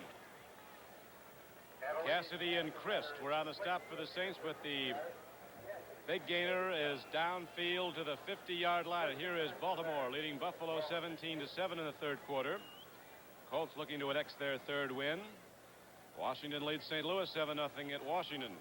There's a surprise to me because I thought St. Louis would really move against the Redskins. Roland Harper breaks free for the Bears and gets the ball down to the 36-yard line of New Orleans. Nipped a pizza running by Harper, but a poor job done in tackling by the New Orleans Saints. As we take another look at it here. Up high, you can't tackle that way, but he gets into a block. Big block by Noah Jackson, the left guard. That was the key. Out at Seattle, Denver's out in front of the Seahawks, 7-0 in the first quarter. I'll tell you one thing, Denver's got some football team. They've got one of the better defenses that I've seen in the early weeks of the 1977 season. Loop pass to Walter Payton. No, all the Saints converge on Walter in the football. Might have been intercepted had not everybody bounced into each other.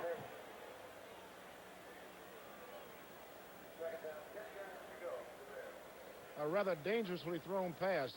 You see that he has created an attraction down there, mainly New Orleans Saints, so you don't want to take the football down in that area.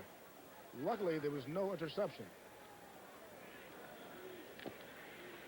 San Diego, a team with a lot of offense out in front of favored Cincinnati, 7-0 in the first quarter at San Diego. New Orleans Saints will see the Chargers and their explosion next week. People like Johnny Rodgers and Joe Washington. Here is Avellini throwing. Nicely caught. That time, Scott got the ball and held on. Took it down at the 29-yard line. Wayman Bryant, he'll wear that hat. It's 90 degrees out. Today you need it.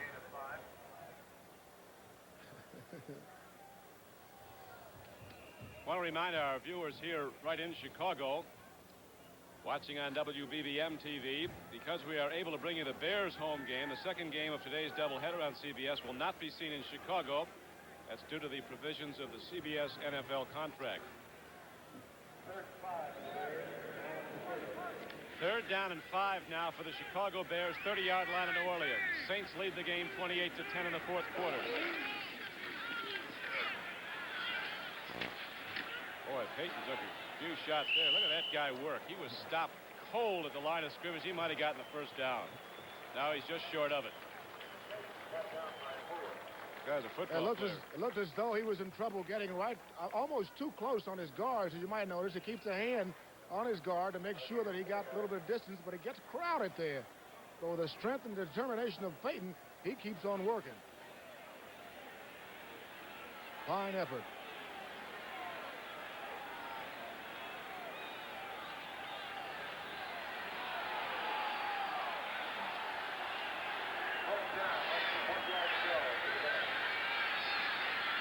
Fourth and just about a foot. They go to the man they call Bull Harper, and he is knocked down. They say there's a free football. The Saints think they have the football. But the Chicago Bears center, Dan Pfeiffer, has got his arm up calling for a huddle. He doesn't think so. It's a first down for the Bears. So they drive on, and that they must do to get back in this game as they trail New Orleans 28-10. We have 10 minutes and 15 seconds to play in the game. The Vikings have now moved out in front of Green Bay 19-7 in the fourth quarter.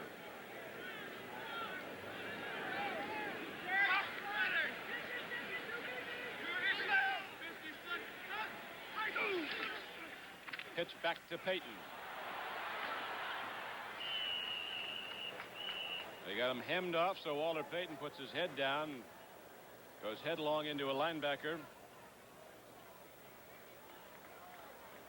New Orleans wants Chicago to come into this area the way they set their defense, but I'm sure they didn't want Payton to get this many yards, and then he lowers it and pushes for another yard or so. You're going to really want it. Walter Payton puts his head down and goes square into a linebacker who's got 40 pounds on him. Avellini, good play fake. Swings it out. Harper has the ball, and the Bears get it down inside the 10 as Chicago now, the diverse offense, is moving the football nicely. Tom Myers, the free safety, made the stop for New Orleans. But again, there's a penalty marker down the Chicago Bear backfield, and it could be a holding. The fans are giving their reaction to the Bears breakdown. They've done it time and time again in the fourth quarter here, at least twice on good drives, and these kind of things can stall Lady Machine. It's the 9th penalty against Chicago. Holding, number 88, offense, second down. Greg Latta, the tight end, called for holding. So that, instead of putting the Chicago Bears near the New Orleans goal line, takes them back out to the New Orleans 28-yard line. There it's going to be 3rd down and 13. Avellini, the quarterback. Payton and Harper, the setback. Schubert is wide to the right. And Scott is wide to the left. And they finally sacked Bob Avellini. I believe that is the first one. Alex Price tripped him up at the 29. That might be the first sack all day on either team. I don't think that the Bears have gotten to Manning at all.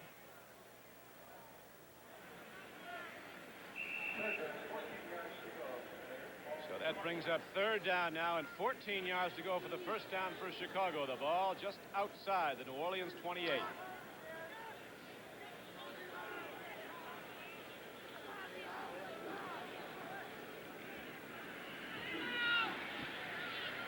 Scott and Rather are wide to either side as Avellini takes the deep drop. Here's the big rush. Free football. This might go. This might go the distance. Bob Pollard with the lineman's dream. Bob Pollard goes the distance. Alex Price was the man who came in, hit Avellini, and knocked him free, and that is the football game, although we got 8:20 left. The Chicago Bears have fallen behind 34-10. And people are packing up their trench coats and bailing out of Wrigley Field or out of Soldier Field right now.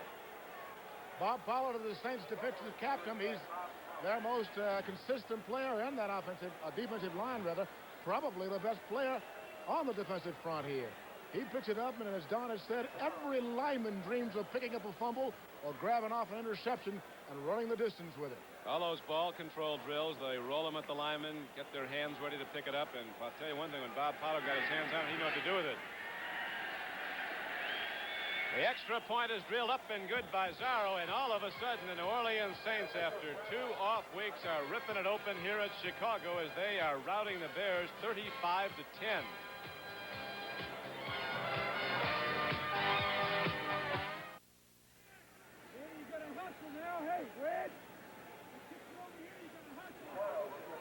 Richie Zarro will kick it off now. He'll be hitting it into the wind as the Saints go a long way very fast. And it was the defense that did it. Price forced the fumble. Bob Pollard ran it in for 52 yards and a touchdown. Squib kick downfield is picked up by an upback. Robin Earl, the big fullback, crashes his way out to the 45-yard line. And now it's going to be pitch and catch for the Chicago Bears if they're to get back in this game. Kingray was on the stop of Robin Earl. Don, it can be done if the Bears believe that it can be done. They have the wind at their backs if they want to throw the football.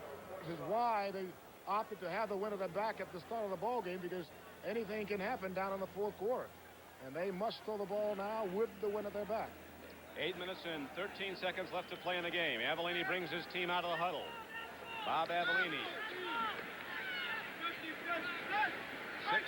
15 of 28 so far. Throwing the ball with a lot of drops. Puts it up. The ball is caught. Looked like the tight end Latta who got the ball. Down to the 41-yard line of New Orleans.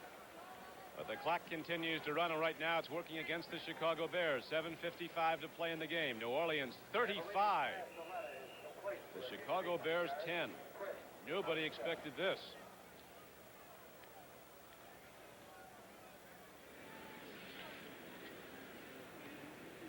I don't know if George Halas looks as good right now as he did earlier.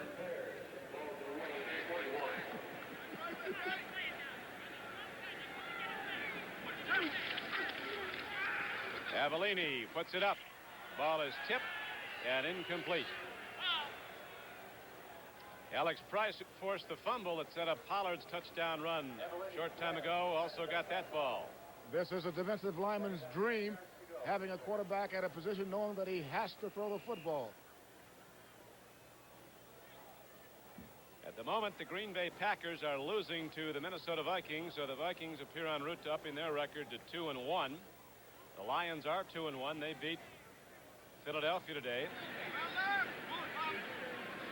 Bears and the Packers are probably going to 1-2. Again, they got the football. That time it was Alois Grooms. And also a penalty marker is down, as right now Chicago is misfiring. They are sputtering, sure enough, Don. That front line of the Saints are smiling quite a bit with this, because the pressure is on the Bears. All they have to do is make sure they get pressure on that quarterback, and Bob Avellini. There's a sign of dejection. New Orleans Saints fans run around the big banner, the faithful few.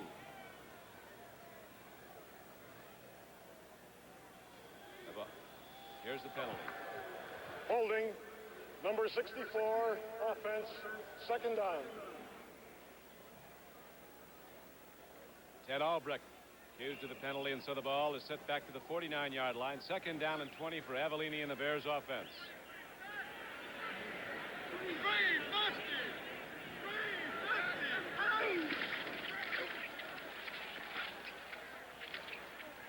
Give it to Walter Payton, and he gets it down to about the 44-yard line. Preston Myers, the safeties for New Orleans, made the stop, but the clock continues to run. The Saints are dropping their cornerbacks way off the play. They're looking for the deep throw. I'm surprised at the way the Bears are working down the stretch here. Normally, you've got to try to get the ball either deep downfield, stopping the clock if the ball is incomplete. If you must run it, you must run everything wide so the back can get outside and out of bounds if you can't get any yardage. Right now, they're not planning well. Avellini on 3rd and 14. Gets time, puts it up. Nice reception down to the 27-yard line for a first down. And James Scott now has found the handle. To stop the clock. You're working strictly against the clock. And the clock continues to wind down. You see the story on penalties for Chicago. 10 for 106 yards. 6:08 left to play in the game. The clock running. The Bears go to the run. Roland Harper takes it down close to the 21-yard line to keep the New Orleans defense on as Chicago has got to run the ball. They like to hit the big gainer because the Saints are playing a very obvious zone pass defense. Linebackers are pulling off. They're going to give him the short run inside, the short pass inside, as long as they don't let him get out of bounds or into the end zone.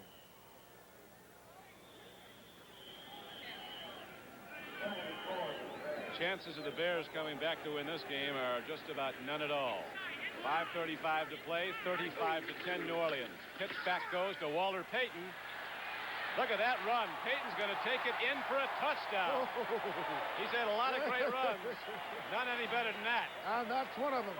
He got that in his own. Walter Payton rips it in.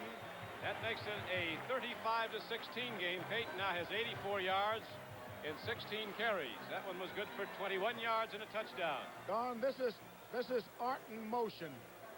Nice little skip. Regains with that left hand. Gets his balance. Now it's time to stretch out. Get everything you've got. Move it on in. Beautiful run. Walter Payton from Jackson State.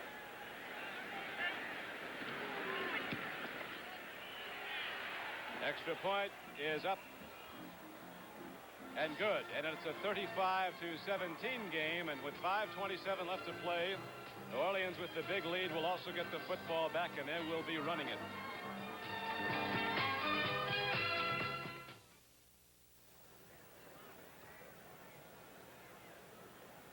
This is Don Criqui with Emerson Boozer back at Soldier Field in Chicago. The Bears in a spectacular run by Walter Payton. Just rocketed his way through the New Orleans defense, get a touchdown, but the Saints still very much in command of the game, 35-17, and with time working against the Bears. 5:27 left to play. As Thomas has the ball teed up, looking for an onside kick. The Saints have sure-handed backs up along the front. And it is an onside kick. It didn't work. Kim Jones, a big back, number 32, rips the ball out to midfield, and the New Orleans Saints get the ball there 1st and 10. Schubert made the stop. Again, you put the pressure on your defense here, but they've got to do the job. They must stand up right now, turn a fumble over, make an interception, anything to get the ball at this point. Hey, these girls go hard for 4 quarters.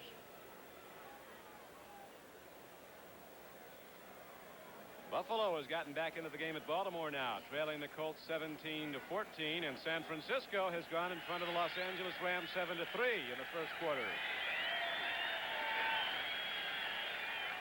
Saints are content to run the ball, and the clock. Roger Stillwell made the tackle. I don't think Manning's going to put it up, maybe not even on 3rd down. Not even at 3rd, but the Bears are beginning to gamble a bit. They're bringing just about everybody, trying to get pressure on either the runner or the quarterback because they cannot afford a drive here. Back to New Orleans for the Bon Amis. They've done their job. Well, they're packing it up.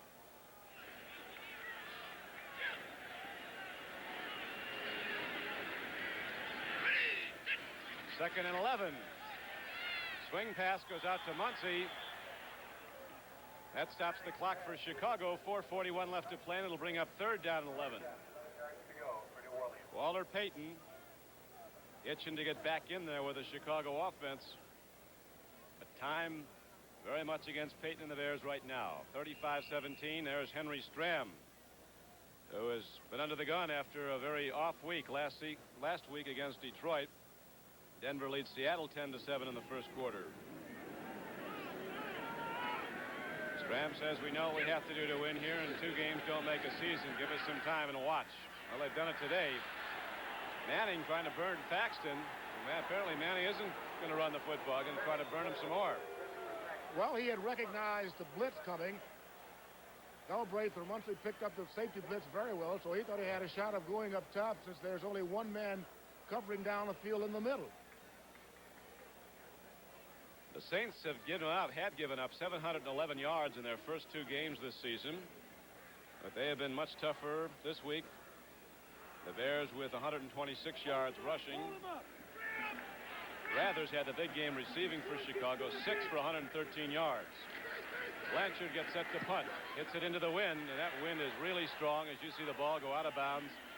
Looks like it's just going to be inside the 30.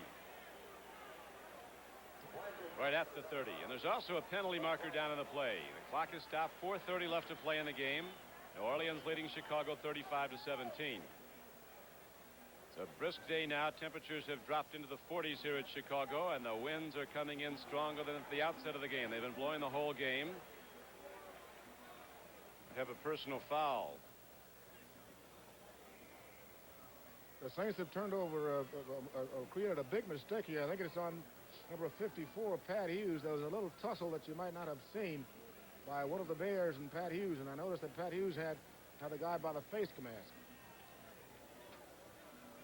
That won't do.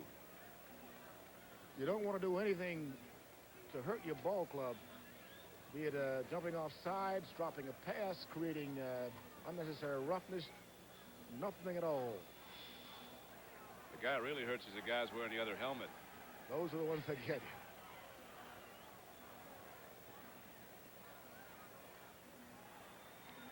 The guy got a full thrust out there with the wind blowing, probably gusting 25 miles an hour. Let's see him tack into that, see how good he is. Personal foul, face mask, New Orleans after the kick. 1st and 10, Chicago.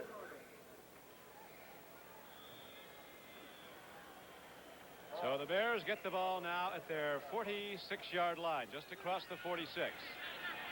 Pfeiffer down over the ball at center. Rather is wide to the right. Scott is wide to the left. Pitch is over the middle. It is caught by Walter Payton. But the clock continues to run. 4:20 to go as the Bears huddle very quickly.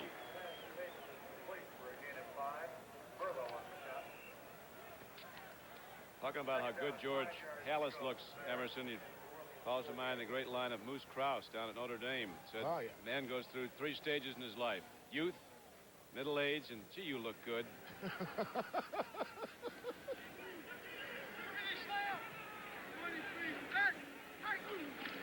Second and 5 for Avellini.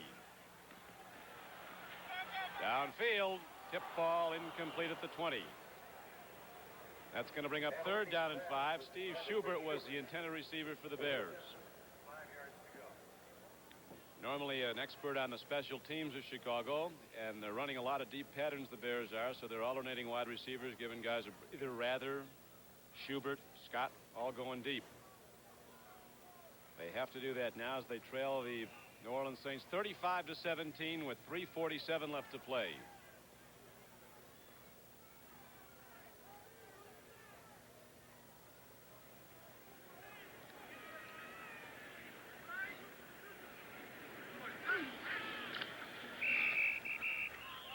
Avellini got full shot on that one. Going on a fly pattern after the football was James Scott, but the whistle blew just before the snap of the ball, so the play is nullified. That's about all that Avellini and the Bear offense has an option of doing now, is trying to hit long. Down by 18 points with 3:45 to play. Take 3 touchdowns for the Bears to win this game.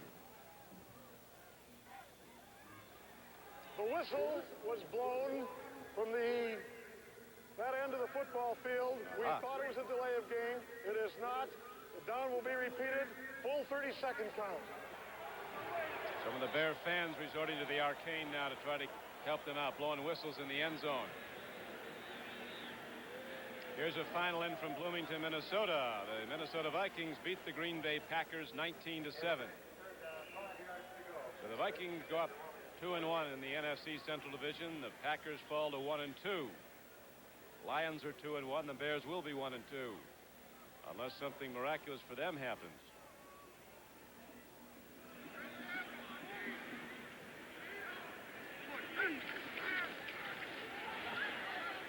Intercepted. Jim Merlo picks it off. He returned 2 for touchdowns last year. He's going to get his first this year. Guys closing in on him. But Merlo goes into the end zone for a touchdown. Jim Merlo was caught by Walter Payton, but the impetus of Payton hurdled himself, and Jim Merlo into the end zone. And so defensemen for the New Orleans Saints have scored 2 touchdowns today. It is a 41-17 game. That's balanced scoring. They've done it both offensively and defensively today. Avellini should not have thrown this ball at this point because he got a lot of pressure from Alex. Threw the ball off balance. And that's the result. Jim Merlo, a 4th-year linebacker from Stanford.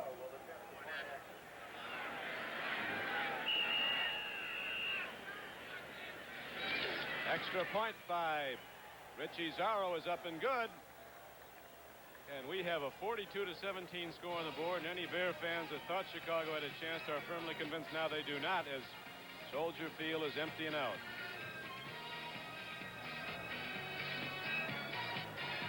There he goes.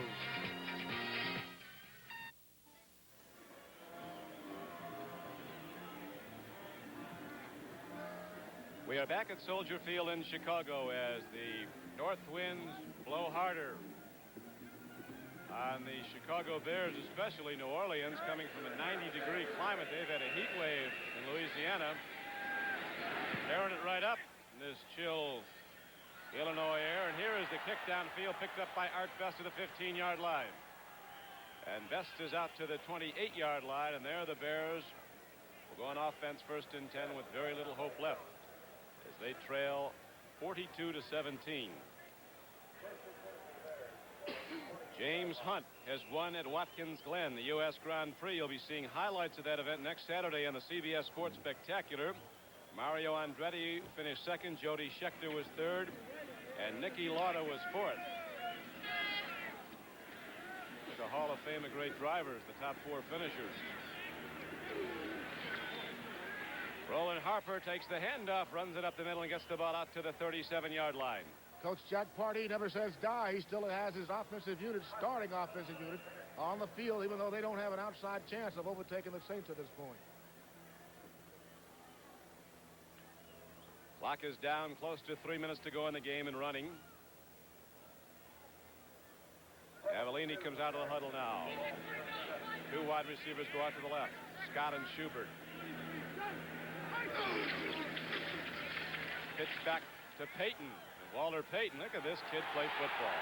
Isn't he something? He's going to go the distance possibly. Isn't he amazing? He is literally astounding. He is an astounding football. He stepped out of bounds at the 14-yard line. Another piece of art. Watch this thing here. He pops it as soon as he crosses the line, gets good blocking, pulls his foot out. A would-be tackler, he runs over. Now he puts it in high gear. Watch him change gears right here, breaks it down, nice and easy does it, turns it on again. Oh, yeah. A little step out of bounds. 49-yard gain. So Walter Payton now has gained, what, 133 yards and 17 carries. I think it's more like 123. Well, 133 is the unofficial count for Walter Payton as he... Roland Harper goes up the middle. Let's watch Walter Payton do it again. The key to it all is shifting of speed. Here he needs strength to get away from the initial tacklers. He opens it up. And it is, as the old covered wagon drivers would say, whoa. Tommy Myers, the free safety of the Saints, wonder what Walter Payton's made of. He's hit him head on about 3 times and just bounced off. Payton takes it down to the 1-yard line as we have the 2-minute warning given. 2 minutes to play in the game. 42-17 is the count. The Saints in the lead. We have a timeout on the field, but I think we're going to see Mr. Walter Payton take it into the end zone once more. One more time.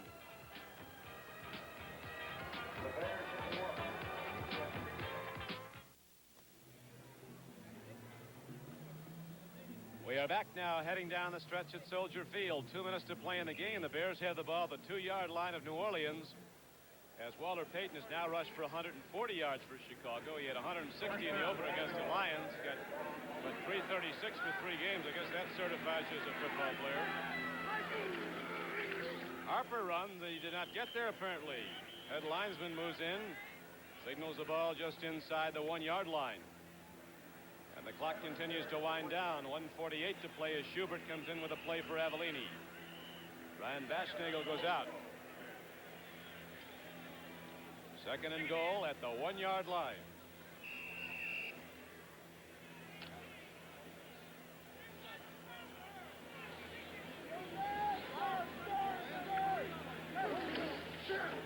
Walter Payton over the top.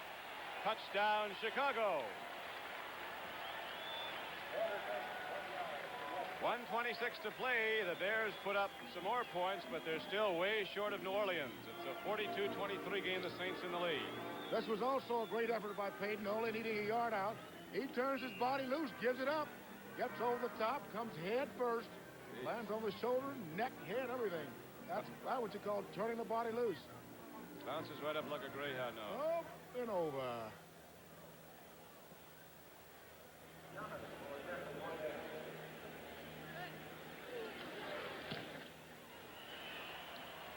Thomas hits the extra point with Bashnagel holding it now with 1:26 left to go. The Bears will kick it back off to the Saints.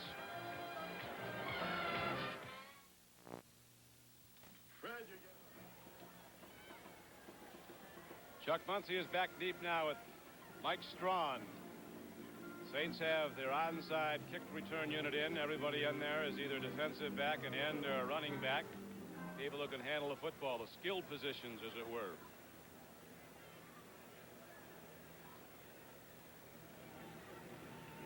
Last time that Thomas tried the onside kick, it was really like a little shift shot that was fielded by an up back, Kim Jones, big fullback who's deployed at the 35-yard line. Don, I used to play deep man on the onside kick prevent team, and I took back and said, please don't kick it down here to me. I don't want to bring it out.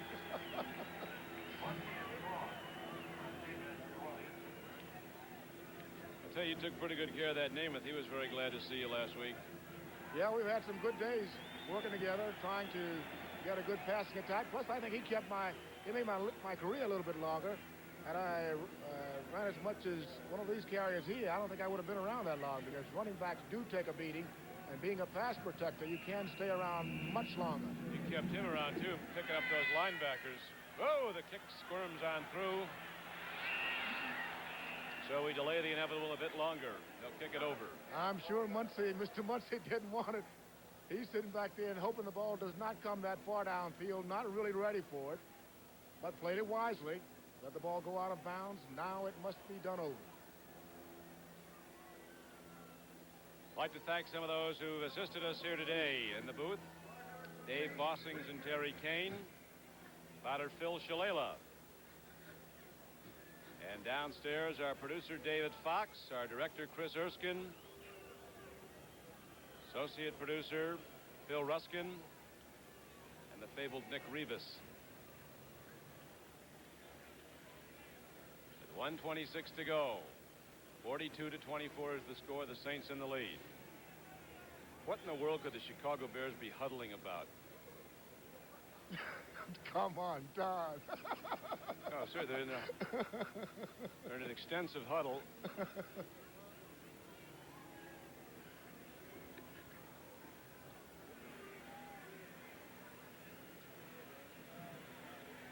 I'd like to remind the Chicago viewers again, because we are able to bring you the Bears home game, the second game of today's doubleheader on CBS will not be seen in Chicago due to the provisions of the CBS NFL contract.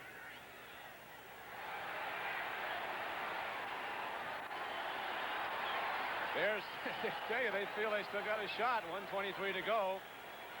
I tell you, Party says never die. Down by 16. The only thing that bothers me late in the ball game, not having an outside chance of winning the ball game. Down by 18.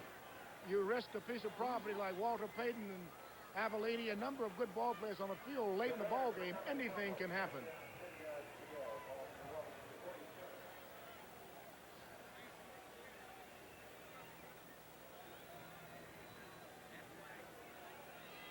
Avellini brings his team out. 1:23 to play.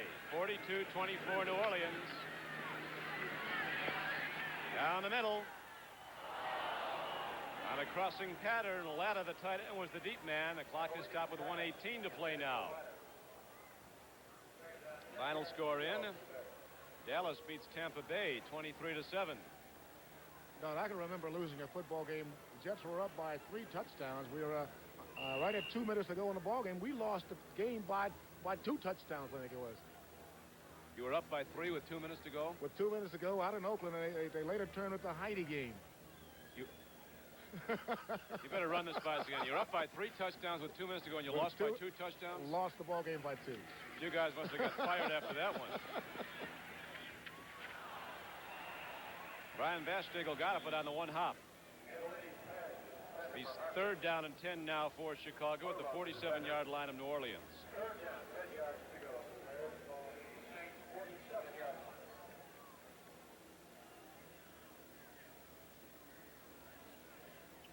.111 left to play in the game.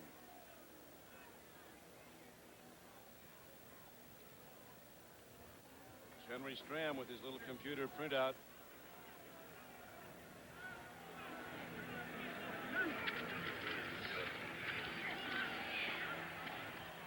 Oh, it was right in the hands of the middle linebacker, Joe Fetterspiel.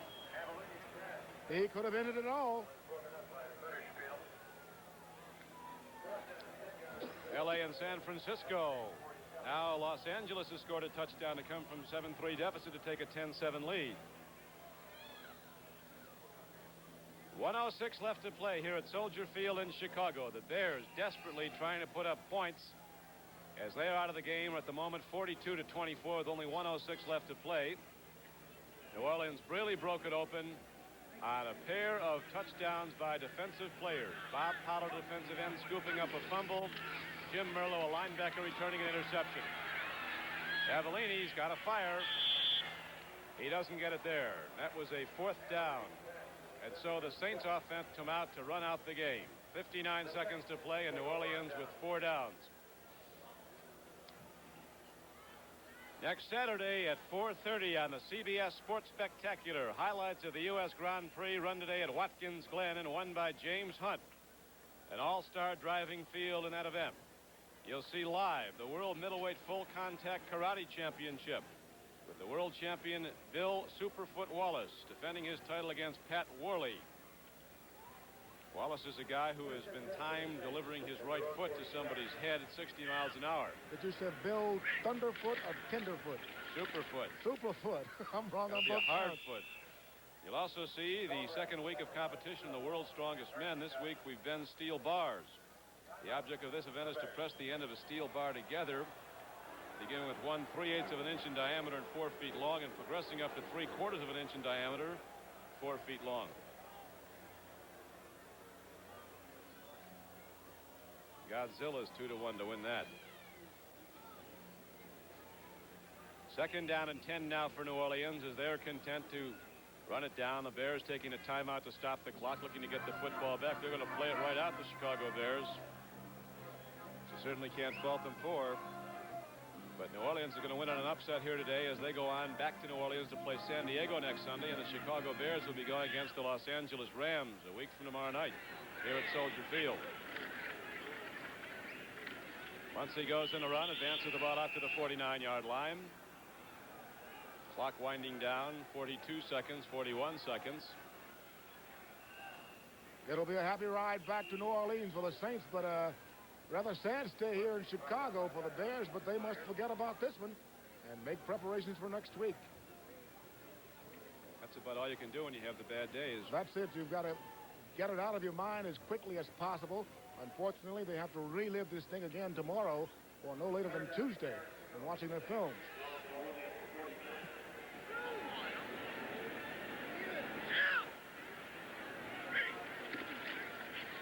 Pitch back to Muncy. He gets down to the 35-yard line, and that will be the final play of the game. And so the gun sounds, and it is official. The New Orleans Saints upsetting the Chicago Bears 42-24. Chicago scored first 7-0, and from then on it was New Orleans as the Saints went off to a 21-10 first half lead. Extended that lead throughout the second half with big defensive plays, and finally prevailed over the Chicago Bears in what's got to be the highest scoring game of the NFL season so far. 66 points on the board. New Orleans getting its first win in Chicago, its second loss of the season with just one win. Now for Emerson Boozer, this is Don Criqui reminding you to stay tuned as the NFL Today continues after this word from your local station.